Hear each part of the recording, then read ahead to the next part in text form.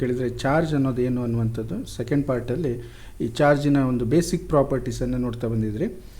So charge ಯಾವ್ಯಾವ ಪ್ರಾಪರ್ಟಿಯನ್ನು ತೋರಿಸುತ್ತೆ ಅನ್ನುವಂಥದ್ದು, ಅದರ ಜೊತೆಗೆ ಆ ಪ್ರಾಪರ್ಟಿಗಳಿಗೆ ಒಂದು ನಮಗೆ ಎಷ್ಟು ಇನ್ಫಾರ್ಮೇಷನ್ ಕೊಡುತ್ತೆ ಅನ್ನೋದು ಕೂಡ ಕಲ್ತ್ಕೊಂಡಿದ್ರಿ. ಸೊ ಇವತ್ತು ನಾವು ಕೂಲಂಬ್ಸ್ ಲಾವನ್ನು ಡಿಸ್ಕಸ್ ಮಾಡುವ. ಕೂಲಂಬ್ ಅವರು ಒಂದು ಗ್ರೇಟ್ ಸೈಂಟಿಸ್ಟ್. ಸೊ ಈ ಲಾವನ್ನು ಒಂದು ಕೊಡ್ತಾರೆ. ಸೊ ಅದು ಆ ಲಾ ಏನು ಅನ್ನೋದನ್ನು ಅರ್ಥ ಮಾಡ್ಕೊಳ್ಳುವ. ಸೊ ನೆಕ್ಸ್ಟ್ ಏನು ಅಂದರೆ coulombs law in vector form, very important. ನಮಗೆ ವೆಕ್ಟರ್ ಎಷ್ಟು ಚೆನ್ನಾಗಿ ಗೊತ್ತಿರುತ್ತೋ ಫಿಸಿಕ್ಸ್ ಅಷ್ಟು ಚೆನ್ನಾಗಿ ಅರ್ಥ ಆಗುತ್ತೆ. ಸೊ ಹಾಗಾಗಿ ಅದನ್ನು ಎಕ್ಸ್ಪ್ಲೇನ್ ಮಾಡುವ ಇವತ್ತು. ನೆಕ್ಸ್ಟ್ ಏನು ಕೇಳಿದರೆ electric force due to system of charges. ಈ ಸಿಸ್ಟಮ್ ಆಫ್ ಚಾರ್ಜಸ್ ಅಂದರೆ ಏನು ಅನ್ನೋದನ್ನು ಕೂಡ ಡಿಸ್ಕಸ್ ಮಾಡಿ, ಸೊ ಆ ಒಂದು ಸಿಸ್ಟಮ್ ಆಫ್ ಚಾರ್ಜಲ್ಲಿ ಒಂದು ಫೋರ್ಸ್ ಆನ್ ಎ ಪರ್ಟಿಕ್ಯುಲರ್ ಚಾರ್ಜನ್ನು ನಾವು ಕ್ಯಾಲ್ಕುಲೇಟ್ ಮಾಡೋಣ. ಓಕೆ, ಸೊ ಸ್ಟಾರ್ಟ್ ಮಾಡುವ. ನಾವು ಫಸ್ಟು ಈ ಪಾಯಿಂಟ್ ಚಾರ್ಜಸ್ ಅಂದರೆ ಏನು ಅಂತ ತಿಳ್ಕೊಳ್ಳೋಣ. ಸೊ ಈ ಮೆಕ್ಯಾನಿಕ್ಸಲ್ಲಿ ನಿಮಗೆ ಈ ಪಾಯಿಂಟ್ ಮಾಸಸ್ ಅಥವಾ ಪಾರ್ಟಿಕಲ್ ಅಂತ ನಾವು ಕರಿತಿದ್ವಲ್ಲ, ಸೊ ಅಲ್ಲಿ ಏನು ಮಾಡ್ತಿದ್ವಿ ಅಂದರೆ size of the body is negligible compare to its motion. ಅಂದರೆ ಆ ಒಂದು motion in a straight line ಇರ್ಬೋದು ಅಥವಾ ಇನ್ ಎ ಪ್ಲೇನ್ ಇರ್ಬೋದು. ಸೊ ಅಲ್ಲೆಲ್ಲ ನಾವೇನು ಮಾಡ್ತಿದ್ವಿ ಅಂದರೆ ಒಂದು ಪಾಯಿಂಟ್ ಬಾಡೀಸ್ ಅಂತ ತಗೋತಾ ಇದ್ವಿ. ಅಂದರೆ ಅದರ ಮಾಸ್ ಮಾತ್ರ ಕನ್ಸಿಡರ್ ಮಾಡ್ತಾಯಿದ್ವಿ, ಅದರ ಸೈಜನ್ನು ನೆಗ್ಲೆಕ್ಟ್ ಮಾಡ್ತಾಯಿದ್ವಿ. ಸೊ ಸೈಜನ್ನು ಕನ್ಸಿಡರ್ ಮಾಡಿದಾಗ ಎಲ್ಲಿ ಹೋದ್ವಿ ನಾವು, ಸಿಸ್ಟಮ್ ಆಫ್ ಪಾರ್ಟಿಕಲ್ಸಿಗೆ ಹೋದ್ವಿ ಅಲ್ವಾ, ರಿಜಿಡ್ ಬಾಡಿ ಅಂಥೇಳಿ. ಸೊ ಹಾಗೆ ಇಲ್ಲಿ ಈ ಚಾರ್ಜಿನ ಬಗ್ಗೆ ನಾವು ಸ್ಟಡಿ ಮಾಡುವಾಗ ನಾವು ಪಾಯಿಂಟ್ ಚಾರ್ಜಸ್ಸನ್ನು ತಗೊಂಡು ಸ್ಟಡಿ ಮಾಡ್ತಾಯಿದ್ದೀವಿ. ನಂತರ ಎಕ್ಸ್ಟೆಂಡೆಡ್ ಅಂದರೆ ಈ ಲಾರ್ಜ್ ನಂಬರ್ ಆಫ್ ಚಾರ್ಜಸ್ ಇದ್ದಾಗ ಅಥವಾ ಒಂದು ಬಾಡಿಯ ಸೈಜನ್ನು ನಾವು ಕನ್ಸಿಡರ್ ಮಾಡುವಂಥ ಸಿಚುವೇಷನನ್ನು ನೆಕ್ಸ್ಟ್ ಕ್ಲಾಸ್ಗಳಲ್ಲಿ ನಾವು ಸ್ಟಡಿ ಮಾಡ್ತಾ ಹೋಗೋಣ. ಸೊ ಈಗ ಫಸ್ಟು ಏನು ಕೇಳಿದ್ರೆ, size of the charged bodies are much smaller than the distance separating them. ಅಂದರೆ ಈ ಸೈಜ್ ಆಫ್ ದ ಪಾರ್ಟಿಕಲ್ ಅಥವಾ ಮಾಸ್ ಅಂತೀವಲ್ಲ ನಾವು, ಮಾಸ್ ಇಲ್ಲದೆ ಚಾರ್ಜ್ ಇಲ್ಲ ಅನ್ನೋದು ನಿಮ್ಗೆ ಗೊತ್ತು. ಸೊ ಒಂದು ಬಾಡಿ ಇದೆ, ಅದಕ್ಕೊಂದು ಮಾಸ್ ಇದೆ, ಅದ್ರ ಮೇಲೆ ಒಂದಿಷ್ಟು ಚಾರ್ಜ್ ಇದೆ ಅಥವಾ ಒಂದೇ ಚಾರ್ಜ್ ಇದೆ ಅನ್ನುವಾಗಲೂ ಕೂಡ ಆ ಸೈಜ್ ಆಫ್ ದ ಬಾಡಿಯನ್ನು ನಾವು ನೆಗ್ಲೆಕ್ಟ್ ಮಾಡಿಬಿಡ್ಬೋದು ಯಾವಾಗ ಆ ಡಿಸ್ಟೆನ್ಸ್ ಸೆಪರೇಟಿಂಗ್ ದೆಮ್ ತುಂಬ ದೊಡ್ಡದಿದ್ದರೆ. ಅಂಥ ಒಂದು ಸಿಚುವೇಷನಲ್ಲಿ ನಾವು ಪಾಯಿಂಟ್ ಚಾರ್ಜಸ್ ಅಂತ ಕರಿತೀವಿ. ಅಂದರೆ ಈಗ ನಿಮ್ಗೆ ಅರ್ಥ ಆಯಿತು, ಪಾಯಿಂಟ್ ಚಾರ್ಜ್ ಅಂದಾಗ ಅದರ ವಾಲ್ಯೂಮ್ ಅಥವಾ ಅದರ ಏರಿಯಾ ಅಥವಾ ಅದರ ಸೈಜ್ ನಾವು ಅದನ್ನು ಕನ್ಸಿಡರ್ ಮಾಡೋಕ್ಕೆ ಹೋಗೋದಿಲ್ಲ. Only we are considering the charge on that body. So ಅಂಥ ಒಂದು ಬಾಡಿಗೆ ನಾವು ಪಾಯಿಂಟ್ ಚಾರ್ಜಸ್ ಅಂತ ಕರಿತೀವಿ. ಅರ್ಥ ಆಯ್ತಲ್ವ? ಓಕೆ. ಸೊ ಈಗಾಗಲೇ ನಮ್ಗೆ ಗೊತ್ತಿರೋ ಹಾಗೆ there are 2 types of charges ಇರೋದು. ಎರಡೇ ಟೈಪು, ಒಂದು ಪಾಸಿಟಿವ್ ಇನ್ನೊಂದು ನೆಗೆಟಿವ್ ಅಂತೇಳಿ. ಸೊ ಇಲ್ಲಿ ಈ ಪಾಸಿಟಿವ್ ಚಾರ್ಜಸ್ಸು ಇನ್ನೊಂದು ಪಾಸಿಟಿವ್ ಚಾರ್ಜನ್ನು ರಿಫೆಲ್ ಮಾಡುತ್ತೆ, ಅಲ್ಲೂ ಒಂದು ಫೋರ್ಸನ್ನು ಆ್ಯಕ್ಟ್ ಮಾಡ್ತಾ ಇರುತ್ತೆ. ನೆಗೆಟಿವ್ ಚಾರ್ಜು ನೆಗೆಟಿವನ್ನು ರಿಫೆಲ್ ಮಾಡ್ತಾ ಇರುತ್ತೆ. ಸೊ ಅಲ್ಲೂ ಫೋರ್ಸ್ ಇದೆ. ಪಾಸಿಟಿವ್ ಆ್ಯಂಡ್ ನೆಗೆಟಿವನ್ನು ಹತ್ತಿರ ತಂದಾಗ ಅಥವಾ ಅಂಥ ಸಿಚುವೇಷನ್ದಲ್ಲಿ there is a attraction. So ಅದಕ್ಕೆ ನಾವು ಅಲ್ಲೂ ಕೂಡ ಒಂದು ಫೋರ್ಸ್ ಇದೆ. ಅಂದರೆ ಅಟ್ರ್ಯಾಕ್ಷನ್ ಅಥವಾ ರಿಫಲ್ಷನ್ ಅನ್ನೋದು ಫೋರ್ಸಿನ ಒಂದು ರೀಸನ್ ಅನ್ನೋದು ಗೊತ್ತಿದೆ ನಮಗೆ. ಸೊ ಈಗ ನಾವು 2 ಚಾರ್ಜ್ಗಳನ್ನು ತೆಗೆದುಕೊಳ್ಳೋಣ, Q1 ಮತ್ತು Q2 ಅಂತ ಅದನ್ನು ಮಾರ್ಕ್ ಮಾಡ್ಕೊಳ್ಳೋಣ. ಸೊ ಎರಡು ಏನಾಗಿದೆ, ಪಾಸಿಟಿವ್ ಚಾರ್ಜಸ್ ಅಂದರೆ ಲೈಕ್ ಚಾರ್ಜಸ್. ಸೊ ಈಗ ಏನಾಗುತ್ತೆ ಕೇಳಿದರೆ ನೋಡಿ, ಇಲ್ಲಿ ಈ ಚಾರ್ಜು ಮತ್ತು ಈ ಚಾರ್ಜನ್ನು ಹೀಗೆ ಒಂದರ ಪಕ್ಕದಲ್ಲಿ ಒಂದು ಇಟ್ಟಾಗ ವಿತ್ ಸರ್ಟನ್ ಡಿಸ್ಟೆನ್ಸ್ ಇದೇನು ಮಾಡುತ್ತೆ ಅಂದರೆ ಈ ಚಾರ್ಜನ್ನು ದೂರಕ್ಕೆ ತಳ್ಳೋ ಪ್ರಯತ್ನ ಮಾಡುತ್ತೆ, ಅಂದರೆ ಫೋರ್ಸನ್ನು ಆ್ಯಕ್ಟ್ ಮಾಡುತ್ತೆ. ಸೊ ಅದೇ ರೀತಿ ಈ ಚಾರ್ಜು ಇದನ್ನು ದೂರಕ್ಕೆ ತಳ್ಳೋ ಪ್ರಯತ್ನ ಮಾಡುತ್ತೆ. ಸೊ ಈ ಟೈಮಲ್ಲಿ ನಾವು ಇದನ್ನು ಏನು ಮಾಡುವ, F12 F21 ಅಂತ ನಾವು ಮಾರ್ಕ್ ಮಾಡ್ಕೊಳ್ಳೋಣ. ಇದರ ಅರ್ಥ ಇಷ್ಟೇ, F12 ಅಂದರೆ ಏನು, force on Q1 due to Q2.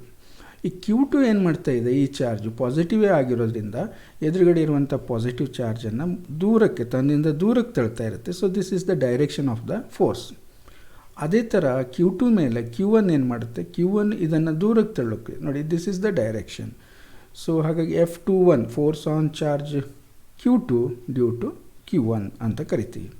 So ಇದು ಒಂದು ಸಿಚುವೇಷನ್, 2 ಪಾಸಿಟಿವ್ ಚಾರ್ಜ್ಗಳಿದ್ದರೆ. ಸೊ ನೆಕ್ಸ್ಟ್ 2 ನೆಗೆಟಿವ್ ಚಾರ್ಜ್ ಇದ್ದಾಗ ಏನಾಗುತ್ತೆ, ಸಿಚುವೇಷನ್ ಈಸ್ ಸೇಮ್. ಅದೇ ಥರ ಫೋರ್ಸ್ಗಳು ಆ್ಯಕ್ಟ್ ಆಗ್ತವೆ. ಇಲ್ಲೂ ಕೂಡ ರಿಫಲ್ಷನ್ ಫೋರ್ಸೇ ಒಂದು ಆಗ್ತಾ ಇರುವಂಥದ್ದು. ಸಪೋಸ್ ಈ ಒಂದು ನೋಡಿ, ಇಲ್ಲಿ F12 ಅಂದರೆ force on Q1 due to Q2, ಹಾಗೆ F21 ಅಂದರೆ this one force on Q2 due to Q1. Q1ನಿಂದ ಈ ಒಂದು ಬಾಡಿ ಮೇಲೆ ಏನು ಫೋರ್ಸ್ ಆ್ಯಕ್ಟ್ ಆಗುತ್ತೋ ಅದನ್ನು F21 ಅಂತ ಕರಿತೀವಿ. ಈಗ ನಾವು ಸಪೋಸ್ ಅನ್ಲೈಕ್ ಚಾರ್ಜ್ಗಳು, ಒಂದು ಪಾಸಿಟಿವ್ ಒಂದು ನೆಗೆಟಿವ್ ತಗೊಂಡು ಇಲ್ಲೇನಾಗುತ್ತೆ, ಫೋರ್ಸ್ ಅಟ್ರಾಕ್ಟಿವ್ ಇರುತ್ತೆ. ಈ Q2 ಏನು ಮಾಡುತ್ತೆ ಕೇಳಿದರೆ Q1ಅನ್ನು, ಇದು positive charge, unlike charge. So ಹಾಗಾಗಿ ತನ್ನ ಕಡೆಗೆ ಎಳ್ಕೊಳ್ಳೋ ಪ್ರಯತ್ನ ಮಾಡ್ತಾ ಇರುತ್ತೆ. So this is the direction of the force. ಈ F12 ಅಂತೀವಲ್ಲ, force on Q1 due to Q2 is towards Q2, ಅದರ ತನ್ನ ಕಡೆಗೆ ಎಳ್ಕೊಳ್ತಾ ಇದೆ. Similarly force on Q2 due to Q1 is attractive. Q1 ಏನು ಮಾಡುತ್ತೆ, ತನ್ನ ಕಡೆಗೆ ಅಟ್ರಾಕ್ಟ್ ಮಾಡ್ತಾ ಇರುತ್ತೆ. So these are the different situation. ಬೇರೆ ಬೇರೆ ಸಂದರ್ಭಗಳಲ್ಲಿ ಫೋರ್ಸ್ ಯಾವ ರೀತಿ ಆ್ಯಕ್ಟ್ ಆಗುತ್ತೆ ಅನ್ನೋದು ನಮ್ಗೆ ಗೊತ್ತಾಗುತ್ತೆ. ಓಕೆ, ಈ ಮ್ಯಾಗ್ನಿಟ್ಯೂಡ್ ಇದೆಯಲ್ಲ, ಅಂದರೆ ಯಾವುದ್ರದ್ದು, ಈ ಫೋರ್ಸಿನ ಮ್ಯಾಗ್ನಿಟ್ಯೂಡನ್ನು ಕೂಲಂಬ್ ಅವರು ಫೈಂಡ್ ಔಟ್ ಮಾಡ್ತಾರೆ. ಸೊ ಬಹಳ ಒಂದಿಷ್ಟು ಎಕ್ಸ್ಪೆರಿಮೆಂಟ್ಗಳನ್ನು ಮಾಡಿ, ಆ ಎಕ್ಸ್ಪೆರಿಮೆಂಟ್ ಮಾಡುವಾಗ ಅವರಿಗೆ ಆ್ಯಕ್ಚುಲಿ ಮ್ಯಾಗ್ನಿಟ್ಯೂಡ್ ಆಫ್ ಚಾರ್ಜೇ ಗೊತ್ತಿರಲಿಲ್ಲ. ಅಂದರೆ ನಾವೇನು ಇವತ್ತು ಹಿಂದಿನ ಕ್ಲಾಸ್ಗಳಲ್ಲಿ ಡಿಸ್ಕಸ್ ಮಾಡಿದ್ದೀವಿ. ಸೊ ದ ಬೇಸಿಕ್ ಚಾರ್ಜ್ ಅಂದರೆ ಲೀಸ್ಟ್ ಪಾಸಿಬಲ್ ಚಾರ್ಜನ್ನು ನಾವೇನಂತೀವಿ, ಇ ಅಂತ ಕರಿತೀವಿ. So that is the magnitude of the charge on the electron, and that is equals to 1.6 × 10⁻⁻19 coulomb. So ಅಷ್ಟು ಆ ಚಾರ್ಜಿನ ವ್ಯಾಲ್ಯೂನೇ ಗೊತ್ತಿರಲಿಲ್ಲ. ಬಟ್ ಒಂದು ಟೆಕ್ನಿಕನ್ನು ಯೂಸ್ ಮಾಡಿ ಅವರು ಆ ಲಾವನ್ನು ಡಿರೈವ್ ಮಾಡ್ತಾರೆ. ಸೊ ಈಗ ನಾವು ಕೂಲಮ್ಸ್ ಲಾವನ್ನು ನೋಡಕ್ಕೆ ಹೋಗೋಣ. ಇಲ್ಲಿ ಅವರು 2 ಚಾರ್ಜ್ಗಳನ್ನು ತಗೊಳ್ತಾರೆ. ಸೊ ಎಕ್ಸ್ಪೆರಿಮೆಂಟನ್ನು ಮಾಡುವಾಗ ಅವರು 2 ಐಡೆಂಟಿಕಲ್ ಬಾಲ್ಸ್ ತೊಗೊಂಡು ಮಾಡಿದರು. ಅಂದರೆ ನಾವು ಪಾಯಿಂಟ್ ಮಾಸ್ ಅಂತ ಮಾತಾಡ್ತಾ ಇದ್ದೀವಲ್ಲ, ಸೊ ಹಾಗೆ 2 ಬಾಲ್ಗಳನ್ನು ತಗೊಂಡು ಅದನ್ನು ಸಪ್ರೇಟ್ ಮಾಡಿ ಒಂದು ಟಾರ್ಷನ್ ಬ್ಯಾಲೆನ್ಸ್ ಅಂತ ಬರುತ್ತೆ. ಸೊ ಅದನ್ನು ಯೂಸ್ ಮಾಡಿ ಅವರು ಈ ಲಾವನ್ನು ಫೈಂಡ್ ಔಟ್ ಮಾಡಿರುವಂಥದ್ದು. ಓಕೆ, ಸೊ ಇಲ್ಲೇನು ಅಂದರೆ Q1 ಮತ್ತು Q2 ಅನ್ನುವಂಥ 2 ಚಾರ್ಜ್ಗಳಿವೆ. They are positively charged. ನಮ್ಗೆ ಡೆಫಿನೆಟಾಗಿ ಗೊತ್ತಾಯಿತು, there is a repulsive force.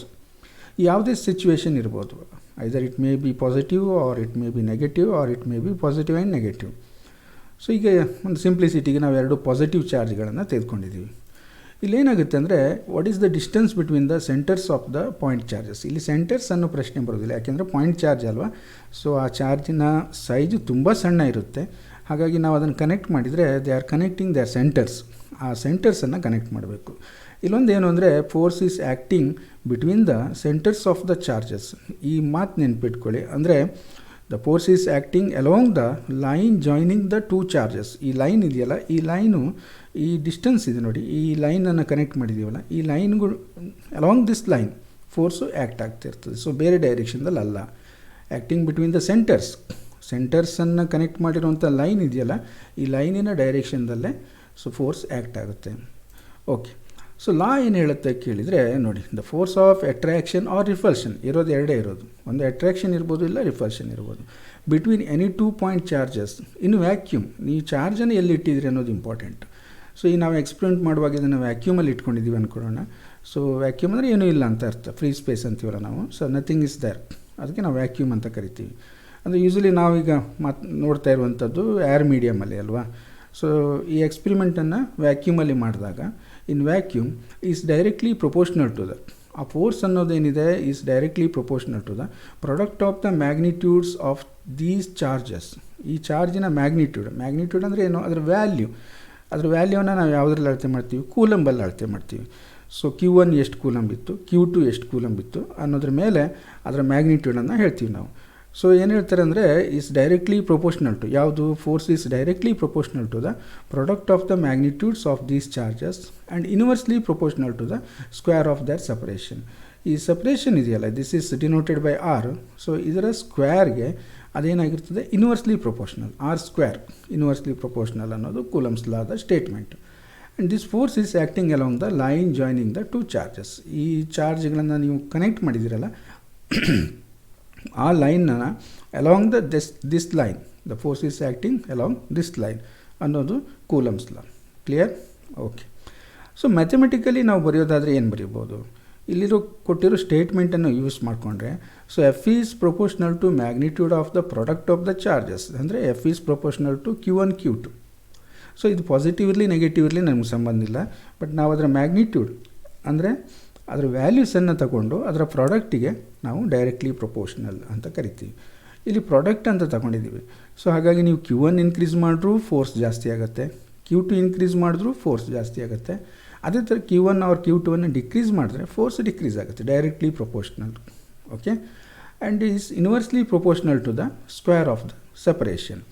So inversely proportional to the square of the separation ಅಂದರೆ ಇದು ಇನ್ವರ್ಸ್ಲಿ ಪ್ರೊಪೋರ್ಷನಲ್. ಸೊ ಅದು ಸ್ಕ್ವೇರಲ್ಲಿದೆ ನೋಡಿ, R². ಅಂದರೆ ನೀವು ಯಾವಾಗಾದರೂ ಈ ಸಪರೇಷನ್ ಇದೆಯಲ್ಲ, ಡಿಸ್ಟೆನ್ಸನ್ನು ಇದನ್ನು ಜಾಸ್ತಿ ಮಾಡಿದ ಹಾಗೆ ಫೋರ್ಸು ಡಿಕ್ರೀಸ್ ಆಗ್ತಾ ಹೋಗುತ್ತೆ, ಯಾಕೆಂದರೆ ಇದು ಡಿನಾಮಿನೇಟ್ರಲ್ಲಿದೆ. ಸೊ ಹಾಗಾಗಿ ನೀವು ದೂರ ಇಟ್ಟ ಹಾಗೆ ಫೋರ್ಸು ಕಡಿಮೆ ಆಗ್ತಾ ಹೋಗುತ್ತೆ. ಯಾವುದರಲ್ಲಿ, R² ಫಾರ್ಮಲ್ಲಿ. ಅಂದರೆ ನೀವು 2 ಮೀಟರ್ ತಗೊಂಡೋದ್ರೆ 1 ಮೀಟ್ರ್ ಇತ್ತು ಅಂದ್ಕೊಳ್ಳಿ ಇನಿಷಿಯಲಿ ದಿಸ್ ಡಿಸ್ಟೆನ್ಸು. 2 ಮೀಟರ್ ತಗೊಂಡ್ರೆ ಏನಾಗುತ್ತೆ, 2 square is 4, 1/4. So it reduce to 1/4 ಅಂದರೆ 2 ಸ್ಕ್ವೇರ್ ಆರ್ ಸ್ಕ್ವೇರ್ ಈ ರೀತಿ ಬರುತ್ತೆ. ಓಕೆ, ಸೊ ನಾವು ಈ ರೀತಿ ರಿಲೇಷನನ್ನು ಕಂಬೈನ್ ಮಾಡಿದರೆ ನಮಗೇನು ಸಿಗುತ್ತೆ ಅಂದರೆ F is proportional to Q1 Q2 by R square. F is proportional to Q1 Q2 by R square ಅಂತ ಗೊತ್ತಾಗುತ್ತೆ ನಮಗೆ. ಓಕೆ, ನಾವೀಗ ಈ ರಿಲೇಷನನ್ನು ಏನು ಮಾಡಬೇಕು, ಈಗ ನಾವೊಂದು ಕಾನ್ಸ್ಟೆಂಟ್ ಯೂಸ್ ಮಾಡಿ ಇದನ್ನು ಈಕ್ವಲ್ ಟು ಸೈನ್ ಆಗಬೇಕು, ಪ್ರಪೋರ್ಷನಲಿಟಿ ಸೈನನ್ನು ತೆಗಿಬೇಕು. ಓಕೆ, ಸೊ ನಾವು ಮುಂದಕ್ಕೆ ಹೋಗೋಣ. ಇಲ್ಲಿ ಅದೇ ಎಕ್ಸ್ಪ್ರೆಷನ್ ಇದೆ, F is proportional to product of the magnitude of charges and inversely proportional to square of the distance. Okay, so ಈಗ ಇಲ್ಲಿ ನಾವು ಕಾನ್ಸ್ಟೆಂಟನ್ನು ಯೂಸ್ ಮಾಡಿದರೆ ಏನಾಯಿತು, ಆವಾಗ ದಿಸ್ ಈಸ್ ಕೆ ಅಂತ ಒಂದು ಕಾನ್ಸ್ಟೆಂಟನ್ನು ಹಾಕ್ಕೊಂಡ್ವಿ. ಆವಾಗ ಏನಾಯಿತು ಕೇಳಿದರೆ F equals to K into Q1 Q2 by R square. So equality ಒಂದು ಸೈನ್ ಸಿಕ್ತು ನಮಗೆ. So this is the expression for the Coulomb's law. Coulomb's ಲಾದ ಎಕ್ಸ್ಪ್ರೆಷನ್ ಏನು ಕೇಳಿದರೆ F is equal to some constant K into Q1 Q2 by R square. Okay, so ಈ constant ಅನ್ನೋದೇನಿದೆ it depends upon the medium where the charges are placed. ನೋಡಿ, ನಾವು start ಮಾಡುವಾಗ coulombs ಒಂದು ಸ್ಟೇಟ್ಮೆಂಟನ್ನು ಡಿಸ್ಕಸ್ ಮಾಡುವಾಗ ಏನು ಅಂದ್ಕೊಂಡ್ವಿ, charges are placed in vacuum ಅಂದ್ಕೊಂಡ್ವಿ. ಸಪೋಸ್ ನಾವು ಅದನ್ನು ಮೀಡಿಯಮಲ್ಲಿ ಇಟ್ಟಾಗ ಏರ್ ಮೀಡಿಯಮ್ ಇರ್ಬೋದು, ವಾಟರ್ ಮೀಡಿಯಮ್ ಇರ್ಬೋದು, ಗ್ಲಾಸ್ ಮೀಡಿಯಮ್ ಇರ್ಬೋದು. ಸೊ ಡಿಫ್ರೆಂಟ್ ಮೀಡಿಯಮಲ್ಲಿ ನಾವು ಅದನ್ನು ಸೇರಿಸಿದಾಗ ಏನಾಗುತ್ತೆ, ಈ ಸ್ಟೇಟ್ಮೆಂಟಿಗೆ ಸ್ವಲ್ಪ ಚೇಂಜಸ್ ಆಗುತ್ತೆ. ಅಂದರೆ F is proportional to okay Q1 Q2 product of the charges, magnitude of the charges and inversely proportional to square of the distance ಎಲ್ಲ correct. But K value change ಆಗುತ್ತೆ and hence F value change ಆಗುತ್ತೆ. ನೀವು ಮೀಡಿಯಮ್ಗೆ ಹೋದಾಗ, ಬೇರೆ ಬೇರೆ ಮೀಡಿಯಮಲ್ಲಿ ಹೋದಾಗ K value change ಆಗುತ್ತೆ, ಹಾಗಾಗಿ ಎಫ್ ವ್ಯಾಲ್ಯೂ ಕೂಡ ಚೇಂಜ್ ಆಗುತ್ತೆ. ಓಕೆ, ಸೊ ಇನ್ನು ಈ ಎಕ್ಸ್ಪ್ರೆಷನ್ ನೋಡಿದಾಗ ನೋಡಿ, F is inversely proportional to square of the distance ಅಂತ ಬರುತ್ತಲ್ವ. ಹಾಗಾಗಿ ನಾವೇನಂತೀವಿ ಅಂದರೆ ಈ ಕೂಲಮ್ಸ್ ಲಾವನ್ನು ಇನ್ವರ್ಸ್ ಸ್ಕ್ವೇರ್ ಲಾ ಅಂತಲೂ ಕರಿತೀವಿ. ಕೂಲಮ್ಸ್ ಲಾವನ್ನು ಇನ್ವರ್ಸ್ ಸ್ಕ್ವೇರ್ ಲಾ ಅಂದರೆ inversely proportional to square of the distance ಬರುತ್ತಲ್ವ, ಹಾಗೆ ಇದಕ್ಕೆ ಇನ್ವರ್ಸ್ ಸ್ಕ್ವೇರ್ ಲಾ ಅಂತ ಕರಿತೀವಿ. ಸೊ ಇದೇ ಥರ ಒಂದು ಲಾವನ್ನು ಕಲ್ತಿದ್ರಿ ನೀವು ಅಲ್ವಾ, ನಿಮ್ಗೆ ನೆನಪಿದೆ ಹೋದ ವರ್ಷ ಈ ಗ್ರಾವಿಟೇಷನ್ ಬಂದಾಗ. ಸೊ ಗ್ರಾವಿಟೇಷನ್ಗೂ ಈ ಎಲೆಕ್ಟ್ರೋಸ್ಟ್ಯಾಟಿಕ್ಗೂ ತುಂಬ ಕಂಪ್ಯಾರಿಸನ್ ಇದೆ. ನೀವು ಆ ಯೂನಿಟನ್ನು ಕ್ಲೀನಾಗಿ ಕಲ್ತ್ಕೊಂಡ್ರೆ ಇಲ್ಲಿ ತುಂಬ ಈಸಿಯಾಗಿ ಹೋಗ್ತಾ ಇರುತ್ತೆ. ಯಾಕೆಂದರೆ ಈ ಲಾ ನೋಡಿ, so similar to the universal law of gravitation. So ಅಲ್ಲೂ ಒಂದು ಕಾನ್ಸ್ಟೆಂಟ್ ಯೂಸ್ ಮಾಡಿದ್ದೀವಿ, ಅಲ್ಲೂ product of the masses of the two bodies ನೋಡಿದ್ವಿ, ಅಲ್ಲೂ ಫೋರ್ಸ್ ಆಫ್ ಅಟ್ರಾಕ್ಷನನ್ನು ನೋಡಿದ್ವಿ. ಬಟ್ ಒಂದು ಡಿಫ್ರೆನ್ಸ್ ಏನು, ಇಲ್ಲಿ ಅಟ್ರಾಕ್ಷನ್ ಆರ್ ರಿಪಲ್ಷನ್ ಎರಡೂ ಇರ್ಬೋದು ಅನ್ನುವಂಥದ್ದು. ಅಲ್ಲೂ ಕೂಡ square of the distance separating the two bodies ನೋಡಿದ್ವಿ ನಾವು, ಕರೆಕ್ಟಾ? ಬಟ್ ಇಲ್ಲೂ ಕೂಡ ಹಾಗೇ ಇದೆ. ಹಾಗಾಗಿ ನಾವು ಇದಕ್ಕೆ ಇನ್ವರ್ಸ್ ಸ್ಕ್ವೇರ್ ಲಾ ಅಂತ ಕರಿತೀವಿ. ಓಕೆ, ಸೊ ನೆಕ್ಸ್ಟ್ ಏನು ಕೇಳಿದರೆ ಈ ಕೆ ವ್ಯಾಲ್ಯೂ ಏನಾಗುತ್ತೆ in S I system. K value is K equals to 1/4π epsilon naught ಅಂತ ಕರಿತೀವಿ. 1/4π ಎಪ್ಸಿಲಾನ್ ನಾಟ್ ಅಂತೀವಿ. ಸೊ ಈ ಎಪ್ಸಿಲಾನ್ ನಾಟ್ ಅನ್ನೋದು ಏನು ಗೊತ್ತಾ, ಇದನ್ನು ಪರ್ಮಿಟಿವಿಟಿ ಆಫ್ ಫ್ರೀ ಸ್ಪೇಸ್ ಅಂತ ಕರಿತೀವಿ. ಪರ್ಮಿಟಿವಿಟಿ ಅಂದರೆ ಅಲೌ ಮಾಡುವಂಥದ್ದು. ಆ ಮೀಡಿಯಮ್ನ ವ್ಯಾಲ್ಯೂ ಅದು ಎಷ್ಟು ಪ್ರಮಾಣದಲ್ಲಿ ಆ ಒಂದು ಚಾರ್ಜಿನ ಒಂದು ಇನ್ ಬಿಟ್ವೀನ್ ಚಾರ್ಜಸ್ ಅಲ್ವಾ ಇರುವಂಥ ಮೀಡಿಯಮ್ಮು, ಆ ಫೋರ್ಸಿಗೆ ಅದು ಎಷ್ಟು ಅಲೌ ಮಾಡ್ತಾಯಿದೆ. ಸೊ ಜಸ್ಟ್ ಈಗ ನೀವು ಅಷ್ಟೇ ತಿಳ್ಕೊಳ್ಳಿ, ಯಾಕೆಂದರೆ ನಾನು ಇದಕ್ಕೂ ಜಾಸ್ತಿ ಹೇಳಿದರೆ ನಿಮ್ಗೆ ಅರ್ಥ ಆಗೋದಿಲ್ಲ. ಮುಂದೆ ಇದನ್ನು ಮತ್ತೆ ಸ್ಟಡಿ ಮಾಡುವಂಥ ಒಂದು ಟೈಮ್ ಇದೆ. ಆವಾಗ ಈ ಎಪ್ಸಿಲಾನ್ ನಾಟ್ ಅನ್ನೋದು ಫ್ರೀ ಸ್ಪೇಸಿಗೆ, ವ್ಯಾಕ್ಯೂಮ್ಗೆ. ಇದು ಬೇರೆ ಮೀಡಿಯಮಲ್ಲಿ ಇಟ್ಟಾಗ ಏನಾಗುತ್ತೆ ಕೆ ವ್ಯಾಲ್ಯೂ, ಅದನ್ನೆಲ್ಲ ನಾವು ಮುಂದಿನ ಕ್ಲಾಸ್ಗಳಲ್ಲಿ ಡಿಸ್ಕಸ್ ಮಾಡ್ತಾಯಿದ್ದೀವಿ. ಜಸ್ಟ್ ಈಗ ಅಷ್ಟು ತಿಳ್ಕೊಂಡ್ರೆ ಸಾಕು, ನಾವು ಫ್ರೀ ಸ್ಪೇಸಲ್ಲಿ ಎಕ್ಸ್ಪೆರಿಮೆಂಟನ್ನು ಮಾಡ್ತಾಯಿದ್ದೀವಿ ಅಂತೇಳಿ. ಓಕೆ, ಸೊ ನೆಕ್ಸ್ಟ್ ಏನು ಕೇಳಿದರೆ ಇದರ ವ್ಯಾಲ್ಯೂ ಇದೆಯಲ್ಲ ಎಸ್ ಐ ಸಿಸ್ಟಮಲ್ಲಿ, ಯಾವುದು ಎಪ್ಸಿಲಾನ್ ನಾಟಿನ value 8.854 × 10⁻12 coulomb square. Epsilon naught ಅಂತ ಹೇಳ್ತಾ ಇರೋದು ನಾನು, coulomb square per newton per metre square. So this is the value of the epsilon naught. Epsilon ನಾಟ್ನ value 8.854 × 10⁻12 coulomb square per newton per metre square. Okay, ಹಾಗಾಗಿ ನಾವು K value find out ಮಾಡ್ಬೋದು. ಯಾಕೆಂದರೆ 4 number ಇದೆ, 5 value ನಮ್ಗೆ ಗೊತ್ತಿದೆ, epsilon naught ಈಗ ಗೊತ್ತಾಯ್ತು ನಮಗೆ. ಹಾಗಾಗಿ ನಾವು ಸಬ್ಸ್ಟಿಟ್ಯೂಟ್ ಮಾಡಿದರೆ, ನೀವು ಕ್ಯಾಲ್ಕುಲೇಟ್ ಮಾಡಿದರೆ ಕೆ ವ್ಯಾಲ್ಯೂ ಎಷ್ಟು ಬರುತ್ತೆ ಗೊತ್ತಾ, 0.008974742 × 10⁻12. This is the value. So ಇದನ್ನು ಸಿಂಪ್ಲಿಫೈ ಮಾಡಿದರೆ 8.987 × 10⁻9 ಬರುತ್ತೆ coulomb square per newton per metre square. So ಇಷ್ಟು ವೆರಿ ಕ್ಲೋಸ್ ಟು ನೋಡಿ, ಈಗ 8.987 ಇದೆ. ಹಾಗಾಗಿ ನಾವು ಏನು ಮಾಡ್ಬೋದು ಇದನ್ನು, ಸೊ ಆಲ್ಮೋಸ್ಟ್ 9 ಅಂತ ತೊಗೋಬೋದು. ನಮ್ಮ ಕ್ಯಾಲ್ಕುಲೇಷನ್ ಸಿಂಪಲ್ ಆಗುತ್ತೆ, ಮತ್ತೇನಿಲ್ಲ. ಸೊ ಹಾಗಾಗಿ ನಾವೇನು ಮಾಡ್ತೀವಿ ಕೇಳಿದರೆ ಕೆ ವ್ಯಾಲ್ಯೂವನ್ನು ಸಬ್ಸ್ಟಿಟ್ಯೂಟ್ ಮಾಡುವಂಥ ಸಂದರ್ಭದಲ್ಲಿ ಚಾರ್ಜನ್ನು ನಾವು ಫ್ರೀ ಸ್ಪೇಸಲ್ಲಿ ಅಥವಾ ವ್ಯಾಕ್ಯೂಮಲ್ಲಿ ಇಟ್ಟಾಗ ಸೊ ನಾವೇನಂತೀವಿ K equals to 9 × 10⁹ coulomb square per newton per metre square ಅಂತ ತಗೋತೀವಿ.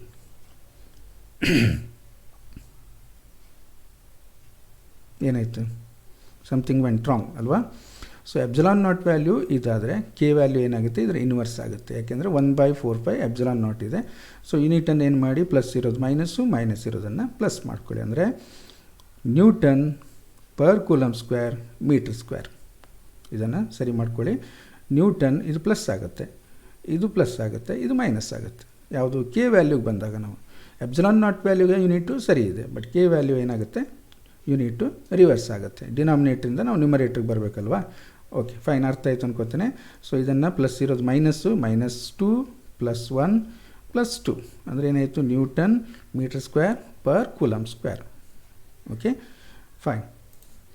ಸೊ ನೆಕ್ಸ್ಟ್ ಏನು ಕೇಳಿದರೆ, from coulombs law we can define SI unit of charge. ಇನ್ನು SI ಯೂನಿಟ್ ಆಫ್ ಚಾರ್ಜ್ಗೆ ಎಕ್ಸಾಮಲ್ಲೂ ಕೂಡ ಕ್ವಶನ್ ಕೇಳ್ತಾರೆ, what is the SI unit of charge ಅಂತ ಕೇಳಿದರೆ ಭಾಳ simple. You can write coulomb SI unit of charge. Define SI unit of charge ಅಂತ ಕೇಳಿದಾಗ ಏನು ಮಾಡಬೇಕು ನಾವು, ಕೂಲಮನ್ನು ಡಿಫೈನ್ ಮಾಡಬೇಕು. ಕೂಲಮನ್ನು ಡಿಫೈನ್ ಮಾಡಬೇಕು. 1 ಕೂಲಮ್ ಅಂದರೆ ಏನು ಅನ್ಬೋದು ನಾವು ಅನ್ನೋದನ್ನು ಡಿಫೈನ್ ಮಾಡಬೇಕು. So that is SI unit of charge. ನಿಮಗೆ ಡಿಫೈನ್ ಕೇಳಿದಾಗ ಅದರ ಚಾರ್ಜ್ ಯಾವುದು ಯೂನಿಟು, ಕೂಲಮನ್ನು ನೀವು ಡಿಫೈನ್ ಮಾಡಬೇಕು. ಕೆಲವೊಮ್ಮೆ ಡಿಫೈನ್ ಕೂಲಮ್ ಅಂತಲೂ ಕೇಳ್ಬೋದು, ಅಥವಾ define SI unit of charge ಅಂತಲೂ ಕೇಳ್ಬೋದು. ಸೊ ಕೂಲಮನ್ನು ನೀವು ಡಿಫೈನ್ ಮಾಡಬೇಕಾಗುತ್ತೆ. ಹೇಗೆ ಮಾಡ್ಬೋದು ನಾವು? ಸೊ ಕೂಲಮ್ಸ್ ಲಾ ನಮ್ಗೆ ಗೊತ್ತಿದೆ, F = K × Q1 Q2 / R². So this is expression for the force between the 2 charges from coulombs law.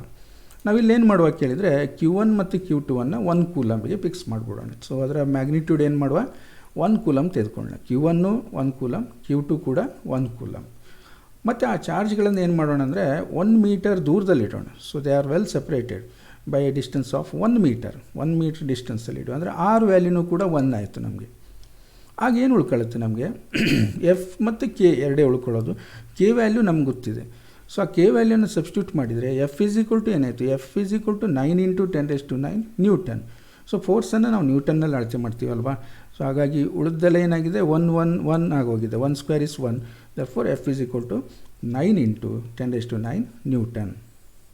Correct? ಈಗ ನಾವು ಡಿಫೈನ್ ಮಾಡ್ಬೋದು. ಏನು, SI unit of charge coulomb can be defined as. ಈಗ define ಮಾಡ್ಬೋದು ನೋಡಿ ಹೇಗೆ. 1 coulomb is the charge that when placed at a distance of 1 meter from another charge of the same magnitude in vacuum experiences an electrical force of repulsion of magnitude 9 × 10⁹ Newton. ಅಂದರೆ 1 coulomb ಚಾರ್ಜನ್ನು ಅದೇ ಥರ identical ಆಗಿರೋ ಇನ್ನೊಂದು ಚಾರ್ಜಿನಿಂದ 1 metre ದೂರದಲ್ಲಿಟ್ಟಾಗ ಆ ಒಂದು force of repulsion ಇದೆಯಲ್ಲ, if they are similar, ಅಂದರೆ positive ಅಥವಾ ನೆಗೆಟಿವ್ ಇದ್ದರೆ ಆ ಫೋರ್ಸ್ ಆಫ್ ರಿಪಲ್ಷನ್ ಎಷ್ಟಿರುತ್ತೆ ಕೇಳಿದರೆ 9 × 10⁹ newton. So this is the definition for the SI unit of charge. SI unit of ಚಾರ್ಜಿನ ಡೆಫಿನೇಷನ್ ಕೇಳಿ ಅಂದಾಗ ಏನು ಮಾಡಬೇಕು, ನಾವು ಇದನ್ನು ಈ ಸ್ಟೇಟ್ಮೆಂಟನ್ನು ಹೇಳಬೇಕಾಗತ್ತೆ. ಓಕೆ, ನಾವು ಮುಂದಕ್ಕೆ ಹೋಗೋಣ. ಈ ಕೂಲಮ್ ಅನ್ನೋದು ಬಿಗ್ ಯೂನಿಟ್, ಯೂಸಲಿ ತುಂಬ ದೊಡ್ಡ ಯೂನಿಟು. ಹಾಗಾಗಿ ನಾವು ಸಣ್ಣ ಸಣ್ಣ ಯೂನಿಟ್ಗಳನ್ನು ಯೂಸ್ ಮಾಡ್ತೀವಿ, ಬಟ್ ಅದು SI ಅಲ್ಲ, ನೆನಪಿರಲಿ. ಈಗ ನೋಡಿ, 1 ಮೀಟ್ರ್ ಅಂದಾಗ ತುಂಬ ದೊಡ್ಡ ಯೂನಿಟ್ ಅನಿಸುತ್ತೆ ನಿಮಗೆ. ಸೊ ಮೀಟರ್ ಅನ್ನೋದು ದೊಡ್ಡ ಯೂನಿಟ್ ಅಂದಾಗ ನಾವೇನು ಮಾಡ್ತೀವಿ, ಸೆಂಟಿಮೀಟ್ರಿಗೆ ಹೋಗ್ತೀವಿ. ಇನ್ನೂ ಅದು ದೊಡ್ಡದಾಯಿತು ಅಂದರೆ ಏನು ಮಾಡ್ತೀವಿ, ಮಿಲಿಮೀಟ್ರಿಗೆ ಹೋಗ್ತೀವಿ, ಮೈಕ್ರೋಮೀಟ್ರಿಗೆ ಹೋಗ್ತೀವಿ ಅಲ್ವಾ. ಸೊ ಹಾಗೆ ಇಲ್ಲೂ ಕೂಡ ಕೂಲಮ್ ಅನ್ನೋದು ದೊಡ್ಡ ಯೂನಿಟ್ ಆಗಿರೋದ್ರಿಂದ ನಾವೇನು ಮಾಡ್ತೀವಿ ಕೇಳಿದರೆ ಮಿಲಿ ಕೂಲಮನ್ನು ಯೂಸ್ ಮಾಡ್ತೀವಿ. ಅಂದರೆ 10⁻³ ಕೂಲಮ್, 1000 ಪಾರ್ಟ್ ಮಿಲಿ ಕೂಲಮನ್ನು ಯೂಸ್ ಮಾಡ್ತೀವಿ. ಆರ್ ನೆಕ್ಸ್ಟ್ ಏನು ಕೇಳಿದರೆ ಮೈಕ್ರೋ ಕೂಲಮ್ ಅನ್ನುವಂಥದ್ದು. ಸೊ ಮೈಕ್ರೋ ಅಂದಾಗ ಏನಾಗುತ್ತೆ, 10⁻⁶ ಕೂಲಮ್ ಅಂತ ಯೂಸ್ ಮಾಡ್ತೀವಿ. So these are the some units. ನಿಮಗೆ ಇದ್ರ ಮೇಲೆ ನ್ಯೂಮೆರಿಕಲ್ಸ್ ಬಂದಾಗ ಏನಾಗುತ್ತೆ ಕೇಳಿದರೆ, ನಾವು ಚಾರ್ಜಿನ ಮ್ಯಾಗ್ನಿಟ್ಯೂಡನ್ನು ಮೈಕ್ರೋ ಕೂಲಮಲ್ಲೇ ಕೊಟ್ಟಿರ್ತೀವಿ. ಸೊ ಬಟ್ ಅದು SI ಯೂನಿಟ್ ಅಲ್ಲ, ನೆನ್ಪಿಟ್ಕೊಳ್ಳಿ. ಮೈಕ್ರೋ ಕೂಲಮ್ SI ಅಲ್ಲ, ಕೂಲಮ್ SI. ಹಾಗಾಗಿ ನೀವೇನು ಮಾಡಬೇಕು, ನ್ಯೂಮೆರಿಕಲಲ್ಲಿ ಸಬ್ಸ್ಟಿಟ್ಯೂಟ್ ಮಾಡುವಾಗ ಅದನ್ನು ಕೂಲಂಬಿಗೆ ಕನ್ವರ್ಟ್ ಮಾಡ್ಕೋಬೇಕು. ಸೊ ಇದು ನೆನಪಿರಬೇಕು ನಿಮಗೆ. ಮಿಲಿಯಲ್ಲಿ ಕೊಟ್ಟರೆ 10⁻³ ಮೈಕ್ರೋಲ್ಲಿ ಕೊಟ್ಟರೆ 10⁻⁶ ಕೂಲಮ್ ಅನ್ನುವಂಥದ್ದು. ಓಕೆ, ಸೊ ಇಷ್ಟು ಕ್ಲಿಯರ್ ಆಯಿತು ಅನ್ಕೋತೀನಿ. ನಾವು ಈಗ ಮುಂದಕ್ಕೆ ಹೋಗೋಣ. Very important, coulombs law in vector form. So vector ಫಾರ್ಮಲ್ಲಿ ಕೂಲಮ್ಸ್ ಲಾವನ್ನು ನಾವು ಹೇಗೆ ಬರಿಬೋದು ಅನ್ನುವಂಥದ್ದು. ಸೊ ಇಲ್ಲೊಂದು ನಿಮಿಷ ನಿಮ್ಗೊಂದು ಮಾತು ಹೇಳಲಿಕ್ಕೆ ಇಷ್ಟಪಡ್ತೇನೆ. ಯಾಕೆಂದರೆ ವೆಕ್ಟರ್ಸ್ ಅಂದಾಗ ನಾನು ನೋಡ್ತಾ ಇದ್ದೀನಿ ತುಂಬ ಚೆನ್ನಾಗಿರುವಂಥ ಓದ್ತಾ ಇರುವಂಥ ಮಕ್ಕಳು ಕೂಡ ವೆಕ್ಟರ್ ಅಂದ್ಕೊಂಡು ಒಂದು ಸರಿ ಏನೋ ಮರ್ತಂಗೆ ಅನಿಸ್ತಾ ಇರುತ್ತೆ ನಿಮಗೆ. ವೆಕ್ಟರ್ನ ಮರಿಬೇಡಿ ಮಕ್ಕಳೇ. ನೀವು ಎಷ್ಟು ಕ್ಲೀನಾಗಿ ವೆಕ್ಟರನ್ನು ಕಲ್ತ್ಕೊಳ್ತೀರೋ ನಿಮಗೆ ಅಷ್ಟು ಈಸಿ ಆಗುತ್ತೆ ಫಿಸಿಕ್ಸ್. ಓಕೆ, ಸೊ ಈಗ ನಾವು ವೆಕ್ಟರ್ ಫಾರ್ಮಿಗೆ ಕೂಲಮ್ಸ್ ಲಾವನ್ನು ಬರಿಬೇಕು. ಯಾಕೆ ಬರಿಬೇಕು ಅಂದರೆ ಫೋರ್ಸ್ ಅನ್ನೋದು ಒಂದು ವೆಕ್ಟರ್. ಸೊ ಹಾಗಾಗಿ ಇಲ್ಲಿ ನಾವು ವೆಕ್ಟರ್ಗೆ ಅಂದಾಗ ಇದರ ಡೈರೆಕ್ಷನ್ನು ಹೇಳಬೇಕು, ಅದರ ಮ್ಯಾಗ್ನಿಟ್ಯೂಡನ್ನು ಹೇಳಬೇಕು. ಸೊ ಈಗ ಏನು ಮಾಡುವ ಅಂದರೆ ಟು ಐಡೆಂಟಿಕಲ್ ಆರ್ ಡಿಫ್ರೆಂಟ್ ಹೇಗೂ ಇರ್ಬೋದು. ನಾವೀಗ ಪ್ಲಸ್ ತಗೊಂಡೇ ಮಾತಾಡೋಣ. ಫಸ್ಟು ಅಲ್ಲಿಂದ ಶುರು ಮಾಡೋಣ. ಸೊ 2 ಚಾರ್ಜ್ಗಳಿವೆ, ಅದನ್ನು Q1 ಮತ್ತು Q2 ಅಂತ ಮಾರ್ಕ್ ಮಾಡ್ಕೊಳ್ಳೋಣ. ಸೊ 2 ಚಾರ್ಜ್ಗಳಿವೆ Q1 ಮತ್ತು Q2. So they are separated by some distance. ಈಗ ನಾವು ವೆಕ್ಟರಿಗೆ ಹೋಗಬೇಕು ಅಂದಾಗ ಫಸ್ಟ್ ಬರೋದೇನು? Position vector. ಸೊ ಅದರ ಪೊಸಿಷನನ್ನು ಮಾರ್ಕ್ ಮಾಡ್ಕೊಳ್ಳೋಣ. ಸೊ ಓ ಅನ್ನುವಂಥ ಒಂದು ಆರಿಜಿನ್ ತಗೊಂಡು, ಕೋಆರ್ಡಿನೇಟ್ಸ್ನಲ್ಲಿ ಆರಿಜಿನ್ ತಗೋತಿರಲ್ಲ ಹಾಗೆ ಆರಿಜಿನಿಂದ ಇದು ಎಷ್ಟು ದೂರದಲ್ಲಿದೆ, ಇದು ಎಷ್ಟು ದೂರದಲ್ಲಿದೆ. ನೋಡಿ, ಪೊಸಿಷನ್ ವೆಕ್ಟರ್ ಅನ್ನೋದು ಏನು ಮಾಡುತ್ತೆ? It shows the magnitude, distance ಎಷ್ಟಿದೆ ಅನ್ನೋದನ್ನು ತೋರಿಸುತ್ತೆ, ಜೊತೆಗೆ ಆರಿಜಿನಿಂದ ಯಾವ ಡೈರೆಕ್ಷನ್ದಲ್ಲಿದೆ ಚಾರ್ಜು ಅನ್ನೋದನ್ನು ತೋರಿಸುತ್ತೆ. ಹಾಗಾಗಿ ಅದು ವೆಕ್ಟರ್. ಹಾಗಾಗಿ ನಾವು ಪೊಸಿಷನ್ ವೆಕ್ಟರನ್ನು ಮಾರ್ಕ್ ಮಾಡ್ಕೊಳ್ಳೋಣ. ಸೊ ಅದನ್ನು R1 ಅಂತ ತೆಗೆದುಕೊಳ್ಳೋಣ. ಯಾವುದು? ಒಂದು ಆರಿಜಿನ್ನಿಂದ Q1 ಅನ್ನುವಂಥ ಚಾರ್ಜು R1 ಡಿಸ್ಟೆನ್ಸಲ್ಲಿ ಪೊಸಿಷನ್ ವೆಕ್ಟರ್ ಹೇಳ್ತಾ ಇದೆ. ಅದೇ ಥರ ನಾವೇನು ಮಾಡುವ, ಈ Q2 ಅನ್ನುವಂಥ ಚಾರ್ಜು ಇಲ್ಲಿ ವೆಕ್ಟರಲ್ಲಿ ತೋರಿಸಿದೆಯಲ್ಲ, this is position vector R2. ಈಗ ನಮ್ಗೆ ಇದು ನೋಡುವಾಗ ಇದು ಅಗತ್ಯ ಇಲ್ಲ ಅನಿಸುತ್ತೆ ಅಲ್ವಾ? ಬಟ್ ನಾವು ವೆಕ್ಟರಲ್ಲಿ ಹೋಗುವಾಗ ನಮಗೆ ಪೊಸಿಷನ್ ವೆಕ್ಟರ್ ಬೇಕು. ನೆಕ್ಸ್ಟ್ ಏನು ಬೇಕು ನಮಗೆ? ಇಲ್ಲಿಂದ ಇಲ್ಲಿಗಿರುವಂಥ ಡಿಸ್ಪ್ಲೇಸ್ಮೆಂಟು ಅಥವಾ ಇದರ ಒಂದು ಡಿಸ್ಪ್ಲೇಸ್ಮೆಂಟ್ ವೆಕ್ಟರ್ ಅಂತ ನಾವು ಕಲ್ತಿದ್ದೀವಿ. ಬಟ್ ಇಲ್ಲಿ ನಮಗೇನು ಬೇಕು ಕೇಳಿದರೆ ಫೋರ್ಸಿನ ಡೈರೆಕ್ಷನನ್ನು ಫೈಂಡ್ ಔಟ್ ಮಾಡೋಕ್ಕೆ, ಎಲ್ಲಿಂದ ಯಾವ ಕಡೆ ಫೋರ್ಸ್ ಆ್ಯಕ್ಟ್ ಆಗ್ತಿದೆ ಅನ್ನೋದಕ್ಕೆ ನಮಗೆ ಈ ಡಿಸ್ಟೆನ್ಸ್ ಬೇಕು. ಸೊ ಅದಕ್ಕೆ ನಾವೇನು ಮಾಡುವ ಕೇಳಿದರೆ, ಇಲ್ಲೇನಿದೆ Q1 and Q2 B the positions, R1 and R2 B the positions of the Q1 and Q2. Okay, ನಾವು ಅದನ್ನು ಮಾರ್ಕ್ ಮಾಡಿದ್ದೀವಿ. ಸೊ ಈಗ ಫೋರ್ಸ್ ಹೇಗೆ ಆ್ಯಕ್ಟ್ ಆಗುತ್ತೆ ನೋಡಿ, ಇಲ್ಲಿ ನೋಡಿ, ಇದು Q1 ಒಂದು ನಂಬರ್ 1 ಅಂತ ಬೇಕಾದ್ರೆ ಮಾರ್ಕ್ ಮಾಡ್ಕೊಳ್ಳಿ, 2 ಅಂತ ಮಾರ್ಕ್ ಮಾಡ್ಕೊಳ್ಳಿ. ಸೊ ಇಲ್ಲಿ ಈ ಚಾರ್ಜ್ ಮೇಲೆ ಫೋರ್ಸ್ ಹೇಗೆ ಆ್ಯಕ್ಟ್ ಆಗುತ್ತೆ? Q2 ಏನು ಮಾಡುತ್ತಿದ್ದಾನೆ? ದೂರಕ್ಕೆ ತಳ್ಳುತ್ತೆ. So F12 is the force on this charge. ಅಂದರೆ F12 ಅಂದರೆ ಏನು? Force on Q1 due to Q2 ಇಂದ Q1 ಮೇಲೆ ಎಷ್ಟು ಫೋರ್ಸ್ ಆ್ಯಕ್ಟ್ ಆಗ್ತಾ ಇದೆ ಅನ್ನೋದು ಇದು ಹೇಳುತ್ತೆ. ಮತ್ತು ಜೊತೆಗೆ ಏನು ಹೇಳ್ತಾ ಇದೆ? ವೆಕ್ಟರ್ ಆಗಿರೋದ್ರಿಂದ ಡೈರೆಕ್ಷನನ್ನು ಕೂಡ ಹೇಳ್ತಾ ಇದೆ. So that is the direction. ಅದೇ ಥರ ನಾವು ಈ ಕಡೆ ಬಂದಾಗ ನೋಡಿ, F12 is the force on Q1 due to Q2. ಇಲ್ಲಿಗೆ ಬಂದಾಗ ಏನಾಯಿತು? F21 ಅನ್ನೋದೇನು? Force on Q2 due to Q1 ಇರೋದ್ರಿಂದ ಈ ಚಾರ್ಜ್ಗೆ ಏನು ಫೋರ್ಸ್ ಆ್ಯಕ್ಟ್ ಆಗ್ತಾಯಿದೆ. So that is F21. ಇದು ವೆಕ್ಟರಲ್ಲೇ ಇದೆ ನೋಡಿ. ಸೊ ವೆಕ್ಟರ್ ಯಾಕೆಂದರೆ ಮ್ಯಾಗ್ನಿಟ್ಯೂಡ್ ಇದೆ ಪ್ಲಸ್ ಡೈರೆಕ್ಷನ್ ಇದೆ. ಓಕೆ, ನೆಕ್ಸ್ಟ್ ಏನು ಕೇಳಿದರೆ, ಇಲ್ಲಿ ನಮ್ಗೆ ಬೇಕಾಗಿರೋದು ಏನು ಕೇಳಿದರೆ, ಈಗ ಫೋರ್ಸ್ F12 ತಗೊಂಡ್ರೆ ನಮಗೇನಾಗಬೇಕು? Q2 ಇಂದ Q1 ಕಡೆಗೆ ಫೋರ್ಸ್ ಆ್ಯಕ್ಟ್ ಆಗ್ತಾಯಿದೆ. ಕರೆಕ್ಟಾ? ರೀಸನ್ ಇದಲ್ವಾ ಇದು ಫೋರ್ಸಿಗೆ? ಈ ಚಾರ್ಜಿನ ಮೇಲೆ ಫೋರ್ಸ್ ಆ್ಯಕ್ಟ್ ಮಾಡ್ತಿರೋರು ಯಾರು? Q2. ಸೊ ಇಲ್ಲಿಂದ ಫೋರ್ಸ್ ಹೀಗೆ ಆ್ಯಕ್ಟ್ ಆಗ್ತಿದೆ. ನಮಗೆ ಈ ಒಂದು ಡಿಸ್ಪ್ಲೇಸ್ಮೆಂಟ್ ವೆಕ್ಟರ್ ಬೇಕು. ಸೊ ಅದಕ್ಕೆ ನಾವೇನು ಮಾಡುವ ಕೇಳಿದೆ? Vector leading from 2 to 1. 2 ಅನ್ನೋದು ಇದು. 2 ಇಂದ 1 ಕಡೆಗೆ ಲೀಡ್ ಆಗುವಂಥ ವೆಕ್ಟರ್ಗೆ ನಾವು R12 ಅಂತ ಮಾರ್ಕ್ ಮಾಡೋಣ. So that is R1 minus R2. ಇದು ಟ್ರಯಾಂಗ್ಯುಲರ್ ಲಾ ಆಫ್ ವೆಕ್ಟರ್ ಎಡಿಷನಿಂದ ಬಂದಿರುವಂಥದ್ದು. ಭಾಳ ಜನಕ್ಕೆ ಮರ್ತೋಗಿದೆ ಅಂತ ಗೊತ್ತು ನನಗೆ. ನೋಡಿ, ಇದು R12 ಗೊತ್ತಾಗುತ್ತೆ ಇದು. ಓಕೆ, ಸೊ ನೆಕ್ಸ್ಟ್ ಏನು ಕೇಳಿದರೆ R21 ಅಂದರೆ ಏನು ನೋಡಿ? ವೆಕ್ಟರ್ ಲೀಡಿಂಗ್ ಫ್ರಾಮ್ 1 to 2, ಇಲ್ಲಿಂದ ಈ ಕಡೆಗೆ. ಯಾಕೆಂದರೆ Q1 ಕೂಡ ಅದ್ರ ಮೇಲೆ ಫೋರ್ಸ್ ಆಗ್ತಾಯಿದೆ ಈ ಡೈರೆಕ್ಷನ್ದಲ್ಲಿ. ಅದನ್ನು ನೋಡಬೇಕಂದ್ರೆ ಏನು ಬೇಕು ನಮಗೆ? R21 ಬೇಕು. ಸೊ R21 ಹೇಗಿದೆ ನೋಡಿ, ಇದು direction vector leading from 1 to 2. So ಅದನ್ನು R21 ಅಂತ ಕರಿತೀವಿ. R21 value R2 minus R1 ಅಲ್ವಾ? ಏನೂ ಅರ್ಥ ಆಗಿಲ್ಲ ಸರ್, ನೀವೇನೇನೋ ಅಂದ್ಬಿಟ್ರೆ ಬೇಕಂತ ಇದ್ದೀರಾ? ನಂಗೆ ಗೊತ್ತು ವೆಕ್ಟರ್ಸ್ ಎಲ್ಲ ಮರ್ತಾಕಿದ್ದೀರಿ ಅಂತೇಳಿ. ಓಕೆ, ಒಂದು ಸ್ವಲ್ಪ ವೆಕ್ಟರನ್ನು ಹೇಳ್ಕೊಂಡು ಮತ್ತೆ ಇದನ್ನು ಡಿಸ್ಕಸ್ ಮಾಡ್ತೇನೆ. ಈ triangular law of vector addition ಇದೆಯಲ್ಲ, ಕಲ್ತಿದ್ದೀರಿ, ಈ ಚೂರು ನೆನಪು ಮಾಡಿದ್ರೆ ಬಂದುಬಿಡುತ್ತೆ, ನಂಗೆ ಗೊತ್ತು. ಸೊ ಅಲ್ಲಿ ಏನು ಮಾಡ್ತಿದ್ವಿ ಅಂದರೆ, ಒಂದು ವೆಕ್ಟರ್ ಇದೆ ಅಂದ್ಕೊಳ್ಳಿ. ಸೊ ಅದನ್ನು ಡಿನೋಟೆಡ್ ಬೈ ಎ. ಹಾಗೆ ಇನ್ನೊಂದು ವೆಕ್ಟರ್ ಇದೆ ಡಿನೋಟೆಡ್ ಬೈ ವಿ. ಇದು ನೋಡಿ, ಇದಕ್ಕೆ ನಾವು ಹೆಡ್ ಅಂತ ಕರಿತೀವಿ, ಏರೋಗೆ. ಇದು ಹೆಡ್. ಸೊ ಇದನ್ನು ಹೆಡ್ ಟು ಟೇಲ್ ಲಾ ಅಂತಲೂ ಹೇಳ್ತಾರೆ, ಕೆಲವು ಟೆಕ್ಸ್ಟ್ಗಳಲ್ಲಿ ಓದಿದ್ದೀನಿ ನಾನು. ಸೊ ಅಂದರೆ ಒಂದು ವೆಕ್ಟರ್ನ ಹೆಡ್ಗೆ ಇನ್ನೊಂದು ವೆಕ್ಟರ್ನ ಟೇಲನ್ನು ಜಾಯಿನ್ ಮಾಡುವಂಥದ್ದು. ಇದರ ರಿಸಲ್ಟೆಂಟ್ ಹೇಗಿರ್ತದೆ ಇದು ಅಬ್ಸರ್ವ್ ಮಾಡ್ಕೊಳ್ಳಿ, ಇದು ತುಂಬ ಇಂಪಾರ್ಟೆಂಟು, ನೀವು ತಿಳ್ಕೊಬೇಕು. ಸೊ ಇದರ ರಿಸಲ್ಟೆಂಟ್ ಈ ರೀತಿ ಇರುತ್ತೆ ನೋಡಿ, ಇನ್ನೊಂದು ಟೇಲಿಂದ ಮತ್ತೊಂದರ ಹೆಡ್ ಕಡೆಗೆ ಹೋಗುತ್ತೆ. ನೀವು ಹೇಳ್ಬೋದು ಸರ್ ಹಿಂಗೆ ತಗೊಬಂದ್ರಿ ಎನ ಬಿನ ಹಿಂಗೆ ತಂದ್ರಿ ಇದನ್ನು ಹಿಂಗೆ ತರ್ಬೋದಾ? ಇಲ್ಲ, ಅದ್ರ ಅಪೋಸಿಟ್ ಬರುತ್ತೆ. ನೆನ್ಪಿಟ್ಕೊಳ್ಳೋಕೆ ಸುಲಭ. ರಿಸಲ್ಟೆಂಟ್ ಏನಾಗುತ್ತೆ ಕೇಳಿದರೆ, ಒಂದು ಆರ್ಡ್ರಲ್ಲಿ ನೀವು ಎ ಅನ್ನು ತಂದು ಹಿಂಗೆ ಆ್ಯಡ್ ಮಾಡಿದ್ರಿ, ಬಿ ಅನ್ನು ತಂದು ಹಿಂಗೆ ಆ್ಯಡ್ ಮಾಡಿದ್ರಿ, ರಿಸಲ್ಟೆಂಟ್ ವೆಕ್ಟರ್ ಇದೆಯಲ್ಲ ಇದಕ್ಕೆ ರಿಸಲ್ಟೆಂಟ್ ಅಂತ ಕರಿತೀವಿ ನಾವು. ಈ ಎರಡು ವೆಕ್ಟರ್ನ resultant vector. So that is opposite in the order. R equals to A plus B. ಅರ್ಥ ಆಗುತ್ತಾ ಮಕ್ಕಳೇ? ನೋಡಿ, A plus B or B plus A ಅನ್ನು ನಾವು ಮಾಡ್ಬೋದು. ಯಾಕೆಂದರೆ ವೆಕ್ಟರ್ಗೆ ಒಂದು ಏನಂತೀವಿ ನಾವು ಕಮ್ಯುಟೇಟಿವ್ ಲಾವನ್ನು ಮಾಡ್ಬೋದು. A plus B equals to B plus A for the ಎಡಿಷನಿಗೆ. ಅಂದರೆ A plus B or B plus A there is no difference. ಅರ್ಥ ಆಗುತ್ತಾ? ಸೊ ಹಾಗಾಗಿ ಈ ರಿಸಲ್ಟೆಂಟ್ ಏನಾಗುತ್ತೆ ಅಂದರೆ vector A plus vector B. ಇನ್ನೊಂದು ಗೊತ್ತಿರ್ಬೋದು ನಿಮಗೆ, ಈ ವೆಕ್ಟರ್ ಎಡಿಷನ್ ಅಂತ ಇದೆ ಬಿಟ್ಟರೆ ಸಬ್ಟ್ರಾಕ್ಷನ್ ಇಲ್ಲ. ಸಬ್ಟ್ರಾಕ್ಷನ್ ಮಾಡೋದಾದ್ರೆ ಏನು ಮಾಡಬೇಕು? ಈಗ ನೀವು vector A minus vector B ಮಾಡಬೇಕು ಬಿಟ್ಟರೆ, ಅಂದರೆ vector A plus minus B vector ನೀವು ಪ್ಲಸ್ಸೇ ಮಾಡ್ತೀರಿ, ಆದರೆ ಮೈನಸ್ ವೆಕ್ಟರನ್ನೇ ಆ್ಯಡ್ ಮಾಡ್ತೀರಿ, ಇಷ್ಟೇ ಅರ್ಥ. ಓಕೆ, ನನಗೆ ನಾವು ಇಲ್ಲಿಗೆ ಹೋಗೋಣ. ಯಾಕೆಂದರೆ ವೆಕ್ಟರ್ಸೇ ಹೇಳ್ತು ಆದರೆ ನೀವು ಫಸ್ಟ್ ಇಯರ್ ಹೊರಟೋಗ್ತೀರಿ. ಸೊ ಇದೀಗ ಅರ್ಥ ಆಯಿತು ಅನ್ಕೋತೀನಿ ನಾನು ನಿಮಗೆ. ಈಗ ನಾವು ಕೂಲಮ್ಸ್ ಲಾಗೆ ಬರೋಣ. ಕೂಲಮ್ಸ್ ಲಾದಲ್ಲಿ ನಾವು ಎರಡು ಚಾರ್ಜ್ಗಳನ್ನು ತೊಗೊಂಡಿದ್ವಿ, Q1 Q2 ಅಂತ ಮಾರ್ಕ್ ಮಾಡಿದ್ವಿ. ಒಂದು ಒರಿಜಿನಿಂದ ಪೊಸಿಷನ್ ವೆಕ್ಟರನ್ನು ತೊಗೊಂಡಿದ್ವಿ. ಸೊ ಇದನ್ನು R1 ಮತ್ತು ಇದನ್ನು ನಾವು R2 ಅಂತ ತೊಗೊಂಡಿದ್ವಿ. ಈಗ ನಮಗೇನು ಬೇಕು? ನಾವು ಈ ಲಾವನ್ನು ಫಾಲೋ ಮಾಡಬೇಕಂದ್ರೆ ಒಂದು ಪ್ರಾಬ್ಲಮ್ ಇದೆ, ನಿಮಗೆ ಗೊತ್ತಾಗ್ತಿದೆ ಅಲ್ವಾ? ಸೊ ದಿಸ್ ಈಸ್ ದ ಆರಿಜಿನ್ನಿಂದ R1 ಏನಾಗಿದೆ, ಈ ಥರ ಹೊರಟೋಗಿದೆ. ಅದೇ ಥರ ಆರಿಜಿನಿಂದ R2 ಏನಾಗಿದೆ, ಈ ಥರ ಹೊರಟೋಗಿದೆ. ಸೊ ನೋಡಿ, ಇದಕ್ಕೂ ಸಿಮಿಲಾರಿಟಿ ಇದೆಯಾ? ಇಲ್ಲ. ಏನು ಮಾಡಬೇಕಾಗಾದ್ರೆ ವೆಕ್ಟರ್ ಒಂದು ಫ್ರೀಡಮ್ ಇದೆ ನಮಗೆ. ಈ ಒಂದು ಪಾಸಿಟಿವ್ ವೆಕ್ಟರನ್ನು ನಾವು ಎಕ್ಸಾಕ್ಟ್ 180 ಡಿಗ್ರಿ ರೊಟೇಟ್ ಮಾಡ್ಬೋದು. 180 ಡಿಗ್ರಿ ರೊಟೇಟ್ ಮಾಡಿದಾಗ ಏನಾಗುತ್ತೆ ಕೇಳಿದರೆ, ಡೈರೆಕ್ಷನ್ನು ಇನಿಷಿಯಲ್ಗಿಂತ ಏನಿತ್ತಲ್ಲ ಅದಕ್ಕೆ ಅಪೋಸಿಟಾಗಿ ಹೊರಟೋಗುತ್ತೆ.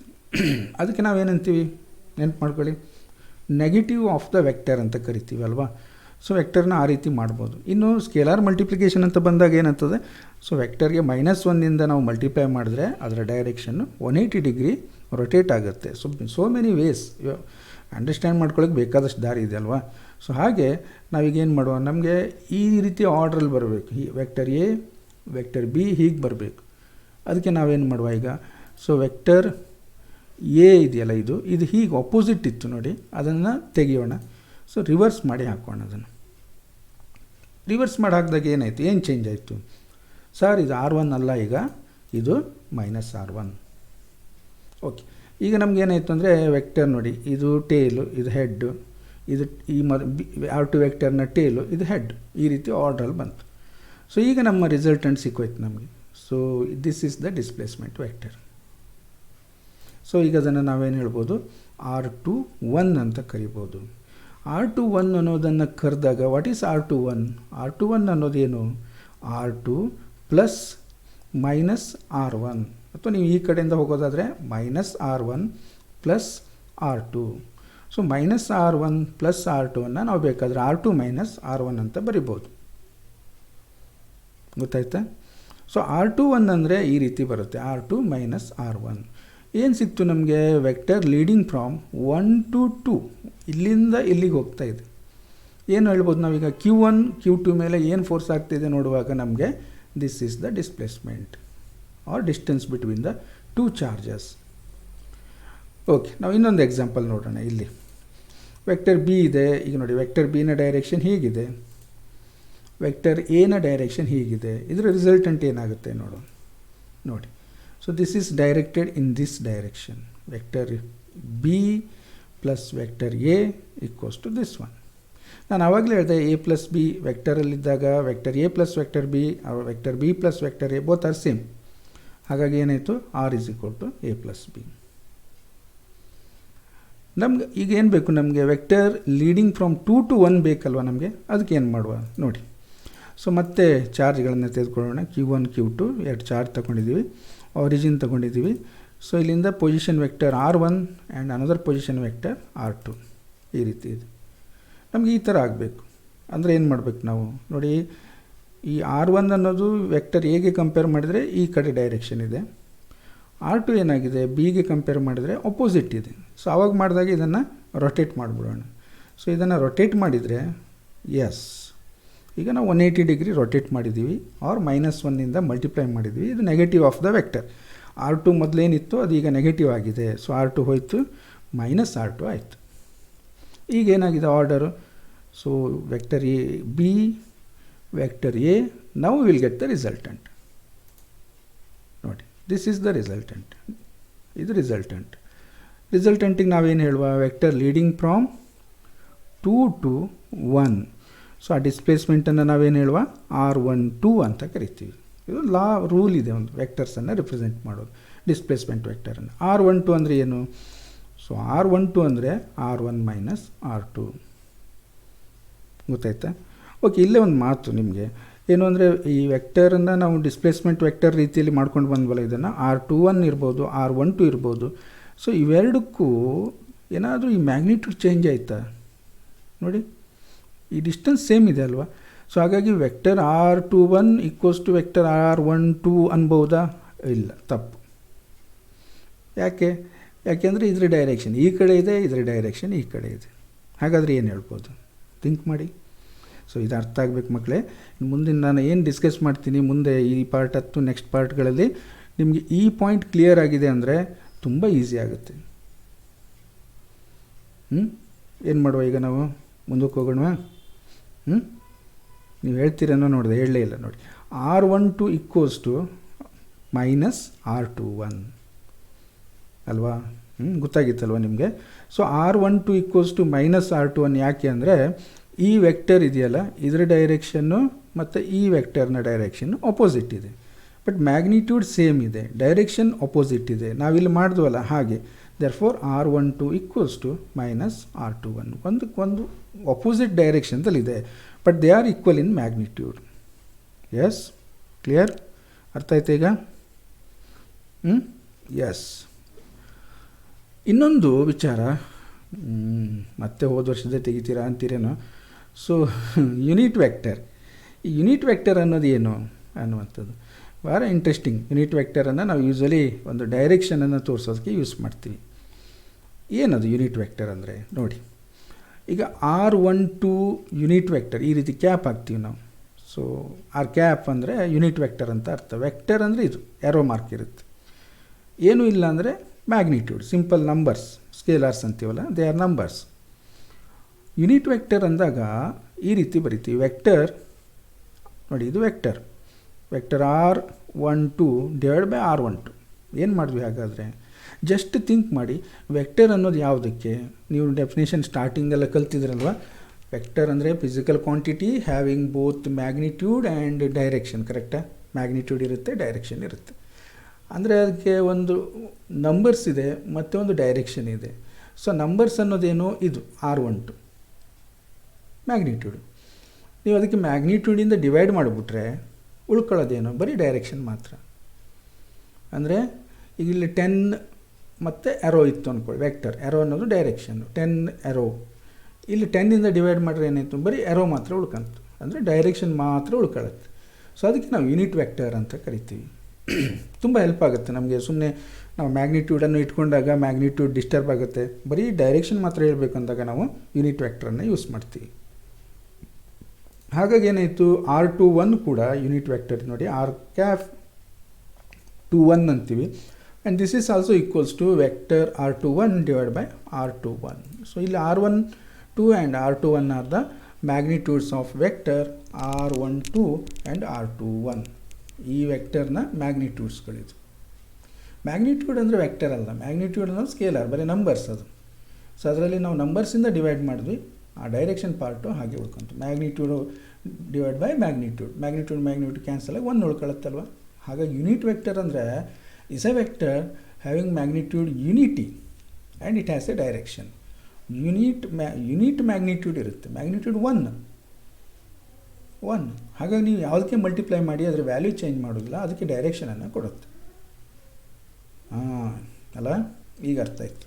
Okay, fine. ಸೊ ನೆಕ್ಸ್ಟ್ ಏನು ಅಂದರೆ ಮ್ಯಾಗ್ನಿಟ್ಯೂಡ್ ಎರಡು ಈಕ್ವಲ್ ಇದೆ, R12 equals to R21, magnitude same ಇದೆ, ನಾವೀಗ ನೋಡ್ಕೊಂಡು ಬಂದ್ವಲ್ಲ. ಬಟ್ ವೆಕ್ಟರಲ್ಲಿ ಹೋದಾಗ ಏನಾಗುತ್ತೆ, R12 equals to vector R12 equals to minus vector R21. ಯಾಕೆಂದರೆ ವೆಕ್ಟರಲ್ಲಿ ಮಾತಾಡುವಾಗ ಡೈರೆಕ್ಷನ್ ನೋಡ್ಕೊಂಡು ಮಾತಾಡಬೇಕು ನಾವು. ಮ್ಯಾಗ್ನಿಟ್ಯೂಡ್ ಅಂದಾಗ ಬರೀ ಅಳತೆ ಮಾಡಿದ್ವಿ, ಈ ಕಡೆಯಿಂದ ಅಳತೆ ಮಾಡಿ ಆ ಕಡೆಯಿಂದ ಅಳತೆ ಮಾಡಿ ಸೇಮ್ ಬರುತ್ತೆ. ಓಕೆ, ಸೊ ನೆಕ್ಸ್ಟು ಏನು ಕೇಳಿದರೆ, ಈ ನಾವೀಗ force F12 on charge Q1 due to charge Q2 is, ನಾವೀಗ ನೋಡಬೇಕು F12 force on charge Q1 due to charge Q2 ಇಂದ ಇರೋದ್ರಿಂದ ನಾವೀಗ ನೋಡಿ ವೆಕ್ಟರ್ ಫಾರ್ಮಿಗೆ ಬರೀಬೇಕಲ್ಲ ಕೂಲಮ್ಸ್ ಲಾ. ಇದು ಎಕ್ಸ್ಟ್ರಾ ಕಲ್ತಿರೋದು ನಾವು, ನಿಮ್ಗೆ ಗೊತ್ತಿದ್ರೆ ನಾವು ಡೈರೆಕ್ಟಾಗಿ ಮಾಡಿಬಿಡೋದಿತ್ತು. ಸೊ ಹಾಗಾಗಿ ಇದರ ಮ್ಯಾಗ್ನಿಟ್ಯೂಡನ್ನು ನೋಡ್ಲಿಕ್ಕೆ ಹೋದರೆ ಅಂದರೆ with magnitude and direction F12 equals to 1/4πε0, ಇದು ಕೂಲಮ್ಸ್ ಲಾ. ಎಲ್ಲ ಸೇಮ್ ಇರುತ್ತೆ, Q1 Q2 by R12 square. R12 square ಇದು ಡೈರೆಕ್ಷನ್. R12 ಮತ್ತು ನೀವು ವೆಕ್ಟರ್ ಅಂತ ಬರೆಯೋದು ಬೇಡ, ಯಾಕೆಂದರೆ ಇದು ಡೈರೆಕ್ಷನನ್ನು ಹೇಳುತ್ತೆ ನೋಡಿ. R12 vector R12 divide by R12, so that gives the direction. ಅದೇ ಥರ ನಾವು ಫೋರ್ಸ್ F21, ಸೊ F21 ಹೇಗೆ ಬರಿತೀವಿ ಅಂದರೆ force on charge Q2 due to charge Q1 charge ಇರೋದ್ರಿಂದ ನಾವು ಅದನ್ನು ಹೇಗೆ ಬರಿತೀವಿ. So F21 equals to 1/4πε0 Q1 Q2 by R21 square. So ಹಾಗಾಗಿ ಇದನ್ನು ನಾವೇನು ಮಾಡ್ತೀವಿ ಕೇಳಿದ್ರೆ, ಈ ಯೂನಿಟ್ ವೆಕ್ಟರ್ ಹಾಕ್ಕೊಂಡ್ರೆ ಡೈರೆಕ್ಷನ್ಗೆ R21 is the unit vector. So ಮತ್ತು ಈ R21 ಇತ್ತಲ್ವ, ಇದು ಬರೀ ಮ್ಯಾಗ್ನಿಟ್ಯೂಡ್ ಬರೆದ್ರೆ ಸಾಕು, ಯಾಕೆಂದರೆ ನೀವು ಫೋರ್ಸಿಗೆ ಡೈರೆಕ್ಷನನ್ನು ಬರೆದಿದ್ದೀರಿ. ಕ್ಲಿಯರ್? ಸೊ ಎರಡು ಎಕ್ಸ್ಪ್ರೆಷನ್ ನೋಡಿದಾಗ R12 equals to minus R21 ವೆಕ್ಟೋರಿಕಲಿ ನೆನ್ಪಿಟ್ಕೊಳ್ಳಿ. ವೆಕ್ಟೋರಿಕಲಿ ನೀವು ಹೇಳ್ಬೋದು ಸರ್ ಇಲ್ಲಿ R² ಇದೆ, ಇದು ಮೈನಸ್ ಸ್ಕ್ವೇರ್. ಆಗಲ್ಲ, ಡೈರೆಕ್ಷನ್ ನಾವು ಇಲ್ಲಿ ತೊಗೊಂಬಿಟ್ಟಿದ್ವಿ. ಸೊ R21ನ ಡೈರೆಕ್ಷನ್ನು R12ನ ಡೈರೆಕ್ಷನ್ನು 180 ಡಿಗ್ರಿ, ಅಂದರೆ ಕಂಪ್ಲೀಟ್ಲಿ ಒಪೋಸಿಟ್, ಪರ್ಫೆಕ್ಟ್ ಅಪೋಸಿಟ್ ಇದೆ. ಅಪೋಸಿಟ್ ಇದ್ದಾಗ ಫೋರ್ಸ್ ಏನಾಗುತ್ತೆ ಹಾಗಾದರೆ, F12 is opposite to F21 180 degree. ಹೀಗೆ ಅಪೋಸಿಟ್ ಇದ್ದಾಗ ನಾವೇನು ಮಾಡ್ತೀವಿ, F12 equals to minus F21. ಅದಕ್ಕೆ ನೋಡಿ ಸ್ಟಾರ್ಟಿಂಗಲ್ಲಿ ಒಂದು ಫೋರ್ಸ್ ಈ ಕಡೆ ಆದರೆ ಇನ್ನೊಂದು ಫೋರ್ಸ್ ಈ ಕಡೆ direction, they are repelling. So Coulomb's law in vector form. So these two are the expression, that is F12. So Coulomb's law vector ಫಾರ್ಮಲ್ಲಿ this gives the direction R12 unit vector.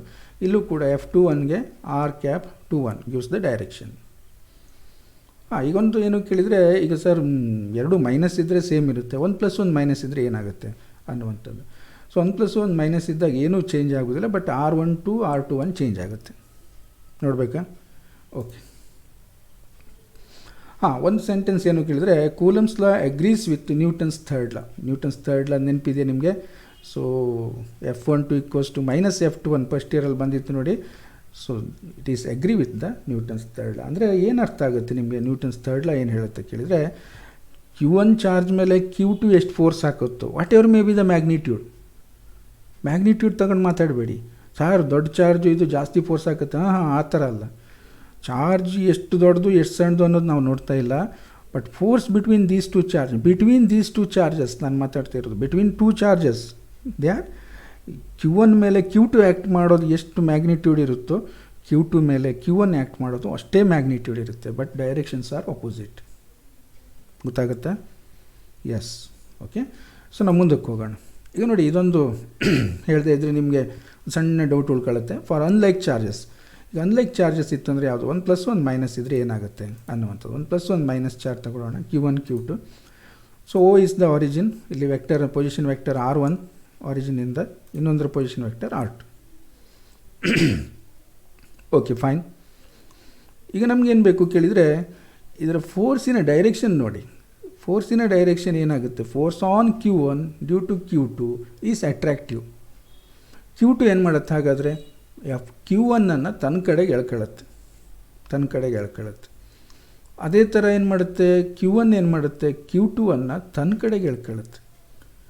So ಹಾಗಾಗಿ there is a attraction. Force ಏನಾಗಿದೆ, ಇದು attraction ಇದೆ ಅನ್ನುವಂಥದ್ದು. ಈಗ ನಮ್ಗೆ ಏನೇನು ಬೇಕು ಹಾಗಾದರೆ, ಇಲ್ಲೊಂದು ಚೂರು ಚೇಂಜ್ ಆಗೋಯ್ತಲ್ವ. ನಮಗೆ ಏನು ಚೇಂಜ್ ಆಯಿತು ಮಕ್ಕಳೇ, ನೆನಪಾಗುತ್ತೆ, ಗೊತ್ತಾಗುತ್ತೆ. ಸೊ F12 ಆ ಕಡೆ ಇತ್ತು, ಆವಾಗ ನಾವೇನು ಮಾಡ್ತೀವಿ, leading from here to here ತಗೊಂಡಿದ್ವಿ. ಯಾವುದು R12 ಅಂತ ತಗೊಂಡಿದ್ವಿ.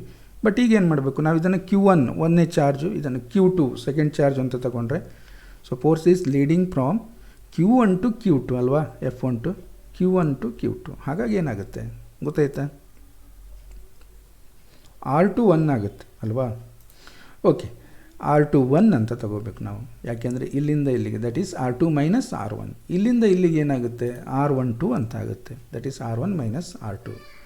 ಸೊ ಹಾಗಾಗಿ ನಾವು ಈ ವ್ಯಾಲ್ಯೂಸನ್ನು ಸಬ್ಸ್ಟಿಟ್ಯೂಟ್ ಮಾಡೋಕ್ಕೆ ಈ ನಾವು ಎರೋಸನ್ನು ಹಾಕ್ಕೊಂಡ್ರೆ, ಸೊ R21 ಏನಾಗುತ್ತೆ ಈ ಡೈರೆಕ್ಷನ್ದಲ್ಲಿ ಬರುತ್ತೆ, R12 ಏನಾಗುತ್ತೆ ಆಪೋಸಿಟ್ ಡೈರೆಕ್ಷನ್ದಲ್ಲಿ ಬರುತ್ತೆ. ಈಗ R12 ಅಂದರೆ ಗೊತ್ತಿದೆ ನಮಗೆ, R2 ಮೈನಸ್ R1, R21 ಅಂದರೆ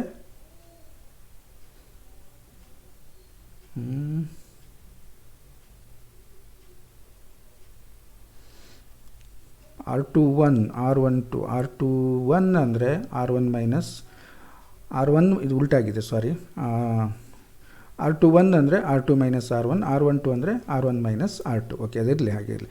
vector leading from 2 to 1 is denoted by R12. ಯಾಕೆ ನೋಡು ಒಂದು ಸರಿ ಟೆಸ್ಟ್ ಮಾಡಿ ನೋಡುವ, R12 ಸರಿ ಇದೆಯಾ ಇಲ್ಲ ಹೇಳಿ. So this is R1 vector ಹೀಗಾಗಿದೆ, ನಮಗೇನು ಬೇಕು, ನಮಗೆ ಈಗ ಬೇಕು ಅಲ್ವಾ, ವೆಕ್ಟರ್ ಲೀಡಿಂಗ್ ಫ್ರಾಮ್ 2 to 1, ಈ ವೆಕ್ಟರ್ನ ಡೈರೆಕ್ಷನ್ ಬೇಕು ನಮಗೆ, ಈ ವೆಕ್ಟರ್ನ ಒಂದು ಸರಿ ನಾವು ಕಲ್ತಿದ್ದೀವಲ್ಲ, ಈಗ ಚೆಕ್ ಮಾಡು. ಸೊ ಎಕ್ಸ್ಪ್ರೆಷನ್ ಬರ್ದಿರೋ ಸರಿ ಇದೆಯಿಲ್ಲ ಅಂತೇಳಿ, ಇಲ್ಲಿಂದ ಇಲ್ಲಿಗೆ ಬರಬೇಕು. ಸೊ ಈ ವೆಕ್ಟರ್ ಹೀಗೆ ಇರಬೇಕು R1, R2 ಏನಾಗಬೇಕು ರಿವರ್ಸ್ ಆಗಬೇಕು, R1 ಮೈನಸ್ R2, R12 ಇದು ಸರಿ ಇದೆ, ಇದು ರಾಂಗ್ ಆಗಿದೆ, R1 ಮೈನಸ್ R2.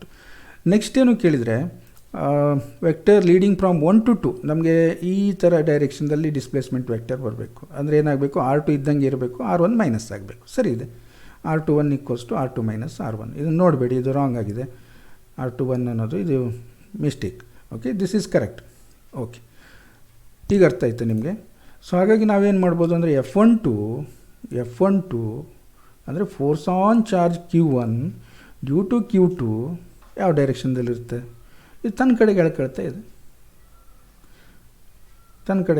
ಇದೆ, so this is the direction R2 minus R1. Correct ಇದೆ, ಇದೊಂದೇ ರಾಂಗ್ ಆಗಿದೆ ಮಕ್ಕಳೇ, ಸಾರಿ.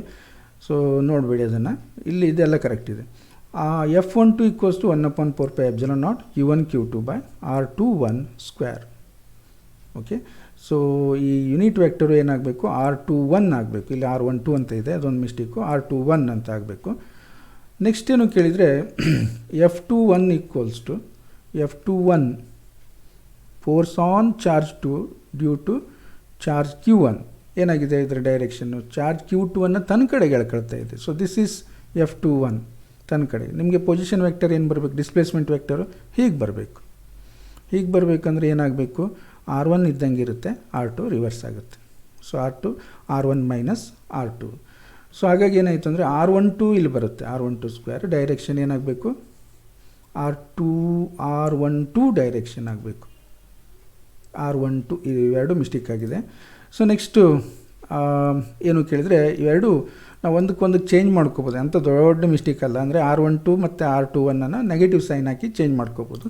ಸೊ ಹಾಗಾಗಿ ಏನಾಗುತ್ತೆ ಅಂದರೆ F12 ಅನ್ನೋದು ನಾವು ಮೈನಸ್ ಮಾಡಿದರೆ R12 ಅಂತ ಬರಿಬೋದು, ಯೂನಿಟ್ ವೆಕ್ಟರ್ R12. ಸೊ ನಾವು ನೆಗೆಟಿವ್ ಮಾಡೋದ್ರ ಅರ್ಥ ಏನು, ಈ ವ್ಯಾಲ್ಯೂಸನ್ನು ಸಬ್ಸ್ಟಿಟ್ಯೂಟ್ ಮಾಡಿದ್ದೀವಿ ಅಂತೇಳಿ. ಅದೇ ಥರ F21 ಹಾಕ್ಕೊಂಡ್ರೆ ಇಲ್ಲಿ ಮೈನಸ್ ಮಾಡಿ ಇದನ್ನು ಸರಿ ಮಾಡ್ಕೋಬೋದು ಅಂಥೇಳಿ. ಓಕೆ, ಸೊ ಇದೇನು ಕೇಳಿದರೆ, ಈ ಅನ್ಲೈಕ್ ಚಾರ್ಜ್ ಇದ್ದಾಗ ಮಧ್ಯೆ ಇದೊಂದು ಸ್ವಲ್ಪ ನಮಗೆ ತೊಂದರೆ ಕೊಡ್ತು. ಬಟ್ ಏನು ಅಂದರೆ, ಲೈಕ್ ಚಾರ್ಜಸ್ ಇದ್ದಾಗ ಏನು ಎಕ್ಸ್ಪ್ರೆಷನ್ ಬಂದಿತ್ತು ಅದೇ ಎಕ್ಸ್ಪ್ರೆಷನ್ನು ಅನ್ಲೈಕ್ ಚಾರ್ಜಸ್ ಇದ್ದಾಗ ಯೂಸ್ ಮಾಡ್ಬೋದು. ಬಟ್ ಏನು ಮಾಡಬೇಕು, ನೀವು ಮೈನಸ್ ಸೈನನ್ನು ಹಾಕಿದರೆ ಆಯಿತು ಅಷ್ಟೇ. ಸೊ ಮೈನಸ್ ಯಾವಾಗ ಬಂತು, that is attractive. Minus sign ಬಂದರೆ ಅಟ್ರ್ಯಾಕ್ಟಿವ್. ಈಗ ನಿಮಗೊಂದು ಪ್ರಾಬ್ಲಮ್ ಸಾಲ್ವ್ ಮಾಡುವಾಗ ಅಥವಾ ನಾವು ಮುಂದಕ್ಕೆ ಕಲಿಸ್ತಾ ಹೋದಾಗ ಒಂದು ಡೌಟ್ ಬರುತ್ತೆ, ಸರ್ ಒಂದು ಪ್ಲಸ್ ಒಂದು ಮೈನಸ್ ಇದೆ ಚಾರ್ಜು, ನಾವು ಪ್ಲಸ್ ಮೈನಸ್ ಹಾಕಬೇಕಾ ಬೇಡವಾ, ಏನಂತೀರಿ ನೀವು? ಪ್ಲಸ್ ಮೈನಸ್ ಹಾಕೋದು ಬೇಡ, ಯಾಕೆಂದರೆ ಕೂಲಮ್ಸ್ ಅವ್ರು ಏನು ಹೇಳಿದ್ರು, ಮ್ಯಾಗ್ನಿಟ್ಯೂಡ್ ಆಫ್ ಚಾರ್ಜಸ್ ಅಂತ ಹೇಳಿದ್ರಲ್ಲ, ಪ್ಲಸ್ ಮೈನಸ್ ತಗೋಬೇಡಿ. ಇಲ್ಲ ಸರ್ ನಾವು ತಗೋಬೇಕು, ತಗೊಂಡ್ರೆ ಏನಾಗುತ್ತೆ, ನೀವು ವೆಕ್ಟರ್ ಫಾರ್ಮಲ್ಲಿ ಹೇಳ್ದಂಗೆ ಆಗುತ್ತೆ. ಸೊ ಮೈನಸ್ ಬಂದಿದೆ ಅಂದರೆ ಅಟ್ರ್ಯಾಕ್ಟಿವ್, ಪ್ಲಸ್ ಬಂದಿದೆ ಅಂದರೆ ರಿಪಲ್ಸಿವ್.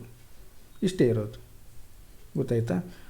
ಓಕೆ, ಈಗ ಲಾಸ್ಟಲ್ಲಿ ನಾವು ಏನು ನೋಡಬೇಕಂದ್ರೆ ಫೋರ್ಸ್ ಬಿಟ್ವೀನ್ ಮಲ್ಟಿಪಲ್ ಚಾರ್ಜಸ್. ಈಗ ಎರಡು ಚಾರ್ಜ್ ಇದ್ದಾಗ ಕೂಲಮ್ಸ್ ಲಾವನ್ನು ನಮಗೆ ಕ್ಲೀನಾಗಿ ಅಪ್ಲೈ ಮಾಡಿಕೊಂಡು ಪ್ಲಸ್ ಇರಲಿ ಮೈನಸ್ ಇರಲಿ ನಾವು ಮಾಡೋದು ಕಲ್ತ್ಕೊಂಡು. ಒಂದು ಪ್ಲಸ್ಸು ಒಂದು ಮೈನಸ್ ಇದ್ದೂ ಮಾಡೋದು ಕಲ್ತ್ಕೊಂಡ್ವಿ. ಸೊ ಎರಡಕ್ಕಿಂತ ಜಾಸ್ತಿ ಚಾರ್ಜಸ್ ಇದ್ದರೆ ಏನು ಮಾಡಬೇಕು? ಮಲ್ಟಿಪಲ್ ಚಾರ್ಜಸ್ ಅಥವಾ ಸಿಸ್ಟಮ್ ಆಫ್ ಚಾರ್ಜಸ್ ಅಂತ ಕರಿತೀವಿ ನಾವು. ಸೊ ಆ ಟೈಮಲ್ಲಿ ಹೇಗೆ ಅನ್ನುವಂಥದ್ದು. ಸೊ ಇದಕ್ಕೊಂದು ಪ್ರಿನ್ಸಿಪಲ್ ಆಫ್ ಸೂಪರ್ ಪೊಸಿಷನ್ ಅನ್ನುವಂಥದ್ದು ಒಂದು ಸ್ಟೇಟ್ಮೆಂಟ್ ಇರುತ್ತೆ, ಒಂದು ಲಾ ಅಂತೀವಿ ನಾವು ಅದನ್ನು. Law of principle of superposition ಒಂದು ಲಾ ಇದೆ. ಆ ಲಾವನ್ನು ಫಾಲೋ ಮಾಡಿದರೆ ಆಯಿತು. ವೆರಿ ಬ್ಯೂಟಿಫುಲ್ ಲಾ. ಲಾ ಏನು ಹೇಳುತ್ತೆ? Force on any charge due to a number of other charges, force on any charge due to a number of other charges is the vector sum of all the forces, is the vector sum of all the forces on that charge due to the other charges. ಅರ್ಥ ಆಯ್ತಾ? ಈಗ ನೋಡಿ ಗೊತ್ತಾಗುತ್ತೆ. Taken one at a time the individual forces are unaffected due to the presence of other charges. ಅಂದರೆ ಈಗ ತುಂಬ ಚಾರ್ಜ್ಗಳಿವೆ ಅಂದ್ಕೊಳ್ಳಿ, 1 2 ಅಲ್ಲ, ಜಾಸ್ತಿ ಇದೆ, 4 5 7 8 10 20 ಎನ್ ನಂಬರ್ ಆಫ್ ಚಾರ್ಜಸ್ ಇದೆ. ಈಗ ನಿಮ್ಗೆ ಏನು ಮಾಡಿದ್ರು ಕೇಳಿದರೆ, ಯಾವುದೋ ಒಂದು ಚಾರ್ಜ್ ಮೇಲೆ ಈ ಇರುವ ಎಲ್ಲ ಚಾರ್ಜ್ಗಳಿಂದ ಎಷ್ಟು ಫೋರ್ಸ್ ಆ್ಯಕ್ಟ್ ಆಗುತ್ತೆ ಫೈಂಡ್ ಔಟ್ ಮಾಡಿ ಅಂತ ಹೇಳ್ತಾರೆ. ನೀವು ಅವಾಗ ಏನು ಮಾಡಬೇಕು? ಫೋರ್ಸ್ ಆನ್ ಎನಿ ಚಾರ್ಜ್, ನಾವು ಯಾವುದೋ ಒಂದು Q1 ತಗೊಂಡ್ವಿ ಅಂದ್ಕೊಳ್ಳಿ, due to number of other charges Q2 Q3 Q4 like this way, is the vector sum of all the forces on that charge. ಏನು ಮಾಡ್ಬೋದು ನಾವು? Vector force of all the sum of all the forces ಅಂದಾಗ ಏನು ಮಾಡ್ಬೋದು? Vector sum of all the forces ಅಂದಾಗ Q1 ಮತ್ತು Q2 ಜೊತೆ ಎಷ್ಟು, Q1 ಮತ್ತು Q3 ಜೊತೆ ಎಷ್ಟು, Q1 ಮತ್ತು Q4 ಜೊತೆ ಎಷ್ಟು, ಇದನ್ನ ಕ್ಯಾಲ್ಕುಲೇಟ್ ಮಾಡಿ ಮತ್ತು ಅದನ್ನು ವೆಕ್ಟೋರಿಕಲಿ ಆ್ಯಡ್ ಮಾಡಿ. Taken one at a time, ಒಂದು ಸರಿ ಒಂದೇ ತಗೊಳ್ಳಿ, Q1 ಜೊತೆ Q2 ಮಾತ್ರ ತಗೊಂಡು ಕ್ಯಾಲ್ಕುಲೇಟ್ ಮಾಡಿ. ನೆಕ್ಸ್ಟ್ ಏನು ಮಾಡಿ? Q1 ಜೊತೆ Q3 ತಗೊಂಡು ಕ್ಯಾಲ್ಕುಲೇಟ್ ಮಾಡಿ. ನೆಕ್ಸ್ಟ್ ಏನು ಮಾಡಿ? Q1 ಜೊತೆಗೆ Q4, ಹೀಗೆ ಮಾಡಿ. ಈಗ ಒಂದು ಡೌಟ್ ಬಂತು, ಸೊ ಹಾಗೆ ಮಾಡಬೇಕಾದ್ರೆ ಉಳಿದ ಚಾರ್ಜ್ಗಳಲ್ಲೇ ಇವೆಯಲ್ಲ ಸರ್, ಅವೇನೂ ಮಾಡೋದಿಲ್ವಾ? ಇಲ್ಲ, the individual forces are unaffected due to the presence of other charges. ನೀವು Q1 ಮತ್ತು Q2 ನೋಡ್ತಾ ಇರ್ಬೇಕಾದ್ರೆ Q3 ಏನು ಡಿಸ್ಟರ್ಬ್ ಮಾಡೋದಿಲ್ಲ ಅನ್ನೋದು ಅರ್ಥ ಇಲ್ಲ. So this is the law. ಹಾಗಾಗಿ ನಾವು ಎಷ್ಟೇ ಚಾರ್ಜ್ಗಳಿದ್ರೂ ಒಂದೊಂದು ಚಾರ್ಜನ್ನು ಒಂದೊಂದು ಸರಿ ತೊಗೊಂಡು ಅದರ ವೆಕ್ಟರ್ ಸಮ್ ಮಾಡಿದರೆ ನಮಗೆ ರಿಸಲ್ಟೆಂಟ್ ಫೋರ್ಸ್ ಸಿಗುತ್ತೆ. ಓಕೆ, ಸೊ ಈಗ ನೆಕ್ಸ್ಟ್ ಏನು ಕೇಳಿದರೆ, ನಾವೊಂದು 3 ಚಾರ್ಜ್ ಸಿಸ್ಟಮನ್ನು ತೆಗೆದುಕೊಳ್ಳೋಣ, Q1 Q2 Q3 ಅಂತೇಳಿ. ಸಿಂಪ್ಲಿಸಿಟಿಗೆ ಜಾಸ್ತಿ ಚಾರ್ಜ್ ತಗೊಂಡು ಮಾಡ್ಬೋದು. ನಾವು just Q1 Q2 and Q3 ಅಂತ ತೆಗೆದುಕೊಳ್ಳೋಣ.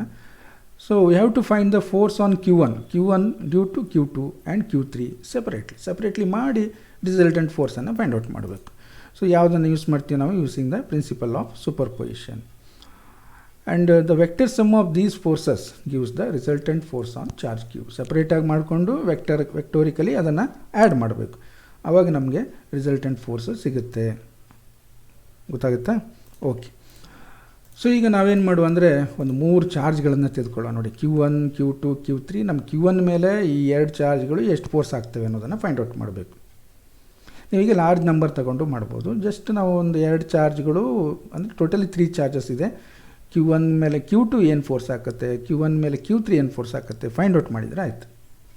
ಇದು ಆರಿಜಿನ್ ಅಂತ ತೆಗೆದುಕೊಳ್ಳೋಣ, ಯಾಕೆಂದರೆ ನಾವು ಪೊಸಿಷನ್ ವೆಕ್ಟರನ್ನು ಹಾಕ್ಕೊಳ್ಳೋಣ.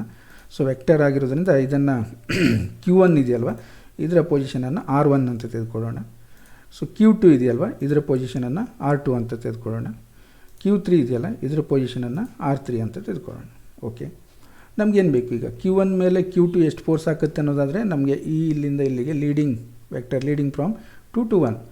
ಸೊ ನಮಗೆ ಆ ಪೊಸಿಷನ್ ವೆಕ್ಟರ್ ಬೇಕು. So this is not A position, displacement vector. So ಅದನ್ನು ನಾವೇನಂತೀವಿ? R12 ಅಂತ ಕರಿತೀವಿ ಅಲ್ವಾ? ಓಕೆ, ಸೊ ಇದು 1 2 ಅಂತ ಆ ರೀತಿ ತಗೊಂಡಿರುತ್ತಾರೆ. ಇದು R1 ಮೈನಸ್ R2 ಅಂತ ತೊಗೊಂಡ್ವಿ ನಾವು, R1 ಮೈನಸ್ R2. ಯಾಕೆಂದರೆ ನಮಗೇನಾಗಬೇಕು ಕೇಳಿದರೆ ವೆಕ್ಟರ್ ಹೀಗೆ ಬರಬೇಕು. ನೋಡಿ, ಇದು ಇನ್ನೊಂದು ಸರಿ ಹೇಳ್ತಾನೆ, this vector is reversed. So ಏನಾಯ್ತು ಅವಾಗ? ಈ ವೆಕ್ಟರು ಈ ವೆಕ್ಟರ್ಗೆ ಆ್ಯಡ್ ಆಯಿತು. This is the resultant.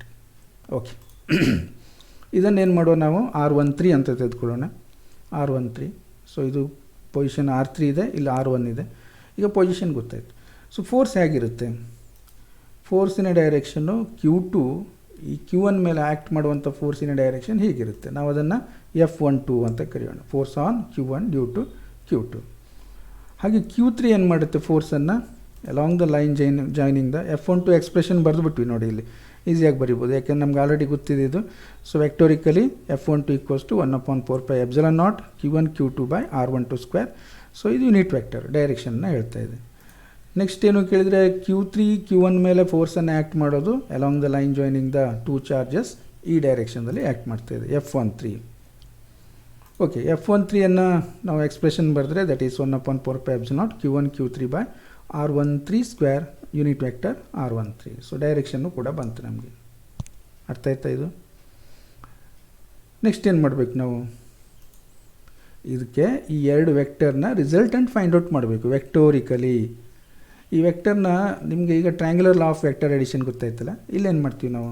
Parallelogram law of vector addition. ಈ ಸೈಡ್ಗೆ ಪ್ಯಾರಲಲ್ ಆಗಿ ಇಲ್ಲೊಂದು ಸೈಡನ್ನು ಹಾಕ್ಕೊಳ್ಳೋದು, ಈ ವೆಕ್ಟರ್ಗೆ ಪ್ಯಾರಲಲ್ ಆಗಿ ಇಲ್ಲೊಂದು ಸೈಡನ್ನು ಹಾಕ್ಕೊಳ್ಳೋದು.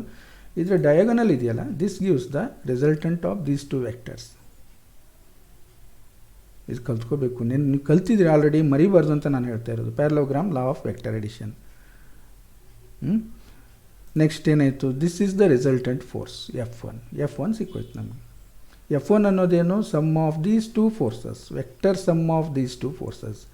Vector sum very important. Problem solve ಮಾಡುವಾಗ ನಿಮ್ಗೆ ಇದು ಗೊತ್ತಾಗಲಿಲ್ಲ ಅಂದರೆ ನೀವು ಇಲ್ಲಿಗೆ ಬಂದು ನಿಂತೋಗ್ತೀರಾ, ಮುಂದೆ ಹೋಗೋದೇ ಇಲ್ಲ. ಸೊ ಹಾಗಾಗಿ this is the vector sum of these two forces. F1 ಅನ್ನೋದೇನು? Vector sum of F12 vector F13. Clear? Okay, ನೋಡಿ F1 equals to vector sum of vector F12 plus vector F13. ಈ ಎಕ್ಸ್ಪ್ರೆಷನ್ ಎಲ್ಲ ಗೊತ್ತಾಯ್ತಲ್ವಾ? Okay, fine. ಈಗ force on charge Q1 due to charge Q2 is denoted by F12 and that is F12 equals to 1/4πε0 Q1 Q2 by R12 square R12. This is the expression.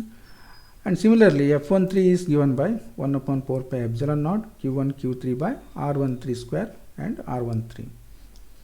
ನಾವೀಗ ನಾವೇನು point out ಮಾಡಬೇಕು? The total force ಅಂದರೆ the vector sum of the force on Q1 ಅನ್ನೋದನ್ನು F1 ಅಂತ denote ಮಾಡಿದ್ದೀವಿ ನಾವು. So F1 equals to ಏನಾಯಿತು? F12 plus F13. ವೆಕ್ಟೋರಿಕಲಿ ನೆನ್ಪಿಟ್ಕೊಳ್ಳಿ, ವೆಕ್ಟರ್ ಎಡಿಷನ್ ಇದು. ಹಾಗಾಗಿ ನಾವು ಎಕ್ಸ್ಪ್ರೆಷನ್ ಬರೆದ್ರೆ ಏನಾಯಿತು? F12 ವ್ಯಾಲ್ಯೂ ಬರೆದ್ವಿ, F13 ವ್ಯಾಲ್ಯೂ ಬರೆದ್ವಿ. So therefore vector F1 equals to these things. ಇದು ಡೈರೆಕ್ಷನನ್ನು ಹೇಳುತ್ತೆ, ಯೂನಿಟ್ ವೆಕ್ಟರ್ಗಳು ಡೈರೆಕ್ಷನನ್ನು ಹೇಳುತ್ತೆ. So this is the result. ಇದರ ವ್ಯಾಲ್ಯೂಸ್ ಆಗಿ ಸಬ್ಸ್ಟಿಟ್ಯೂಟ್ ಮಾಡಿಬಿಟ್ರೆ ವೆಕ್ಟೋರಿಕಲಿ ಮತ್ತೆ ಹೇಳ್ತಾ ಇದ್ದೀನಿ, ಆವಾಗ ನಮಗೆ total force acting on charge Q1 due to Q2 and Q3 ನಮ್ಗೆ ಸಿಗುತ್ತೆ. Okay, yes. ಒಂದು ವೇಳೆ n ನಂಬರ್ ಆಫ್ ಚಾರ್ಜಸ್ ಇತ್ತು ಅಂದ್ಕೊಳ್ಳಿ, ಸಿಸ್ಟಮ್ ಆಫ್ ಚಾರ್ಜಸ್ ಅಂತೀವಲ್ಲ ನಾವು, ಅದನ್ನು ಸೂಪರ್ ಪೊಸಿಷನ್ ಪ್ರಿನ್ಸಿಪಲ್ ಯೂಸ್ ಮಾಡಿ ನಾವು ಹೇಗೆ ಮಾಡ್ಬೋದು? So suppose Q1 Q2 so on up to Qn number of charges ಇದೆ. ಅದರ ಫೋರ್ಸ್ ಆ್ಯಕ್ಟ್ ಆಗೋದೇನು? ಈಗ Q1 ಮೇಲೆ ಎಷ್ಟು ಫೋರ್ಸ್ ಆ್ಯಕ್ಟ್ ಆಗ್ತಿದೆ ನೋಡೋದಾದ್ರೆ ನಾವೇನಂತೀವಿ? ಸೊ ಫೋರ್ಸನ್ನು ನಾವು ಯಾವ ರೀತಿ ರಿಪ್ರೆಸೆಂಟ್ ಮಾಡ್ತೀವಿ? Vector F12 vector F13 and so on vector F1n number of charges ಇದೆ ಅದರಲ್ಲಿ. So according to the superposition ನಾವೇನು ಹೇಳ್ತೀವಿ? F1 is equal to F12 plus F13 and so on F1n number of forces. ಕರೆಕ್ಟಾ? ವ್ಯಾಲ್ಯೂಸನ್ನು ಹಾಕುವ, ನಮಗೆ ಹೆಂಗೋ idea ಬಂದಿದೆ. ಸೊ 1/4πε0 ಕಾಮನ್ ಹೊರಗಡೆ ಇಟ್ಕೊಂಡ್ಬಿಟ್ರೆ Q1 Q2 ನೋಡಿ, F12ಗೆ Q1 Q2 R12 unit vector R12, ಇಲ್ಲಿ F13ಗೆ Q1 Q3 R13 square unit vector direction ಹೇಳೋದಕ್ಕೆ 13 ಆ್ಯಂಡ್ ಸೊ ಆನ್. F1n ಬಂದಾಗ ಏನು ಮಾಡ್ತೀವಿ? Q1 Qn divide by R1n square unit vector R1n substitute ಮಾಡಿದ್ವಿ. ಇಲ್ಲಿ ನಾವು ಕಾಮನನ್ನು ಹೊರಗಡೆ ತೆಗೆದು ನೋಡಿ, ಇದೊಂದು ಏನಿದೆ, ನಾವು ಇದನ್ನು ಸಮೇಷನ್ನಲ್ಲೂ ಕೂಡ ಬರಿಬೋದಲ್ವಾ? ಸೊ ಹಾಗೆ ಬರೀಲಿಕ್ಕೆ ಹೋದರೆ ಏನಾಗುತ್ತೆ? Q1 ಕಾಮನ್ ಹೊರಗಡೆ ತೊಗೊಂಡ್ರೆ ಎಲ್ಲ ಕಡೆ Q1 ಇದೆ. Q1 ಏನು ಮಲ್ಟಿಪ್ಲೈ ಮಾಡಿದರೆ ಆಯಿತಾ? ಆಮೇಲೆ Q1 4πε0 ಹೊರಗಡೆ ಇಟ್ಕೊಂಡಿದ್ದೀವಿ. Summation I equals to 2 to n, 2 ಇಂದ ಸ್ಟಾರ್ಟ್ ಆಗಬೇಕು. Q1 ನಾವು ತಗೊಂಬಿಟ್ಟಿದ್ದೀವಿ. ಸೊ Qi divide by R1i square unit vector R1i. So ಈಗ ಒಂದು suppose I is equal to ಏನು ನೋಡಿ, 2 ಇಂದ ಸ್ಟಾರ್ಟ್ ಆಗುತ್ತೆ. 2 ಅಂತಾದರೆ ಏನಾಗುತ್ತೆ? Q1 ಇಲ್ಲಿದೆ, ಇದು ಸಮೇಷನ್ ತೆಗೆದ್ರೆ ಏನಿತ್ತು? Q1 into Q2 by R12 square R12 unit vector plus next ಏನಾಯಿತು? Q1 ಇದೆ, Q1 Q3 divide by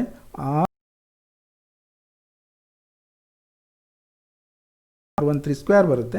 so ಹಿಂಗೆ ಕಂಟಿನ್ಯೂ ಆಗಿ ಬರುತ್ತೆ. n ನಂಬರ್ ಆಫ್ ಚಾರ್ಜಸ್ ಇದ್ದಾಗಲೂ ಕೂಡ ನಾವು ಇದನ್ನು ಮಾಡ್ಬೋದು. ಓಕೆ, ಸೊ ನೆಕ್ಸ್ಟ್ ಇಲ್ಲಿಗೆ ಇದನ್ನು ಕಂಪ್ಲೀಟ್ ಮಾಡುವ ಈ ಪಾರ್ಟನ್ನು. ನೆಕ್ಸ್ಟ್ ಪಾರ್ಟಿಗೆ ನಾವು ಒಂದು ಬ್ಯೂಟಿಫುಲ್ ಕಾನ್ಸೆಪ್ಟನ್ನು ಡಿಸ್ಕಸ್ ಮಾಡುವ. Okay, so thank you for watching.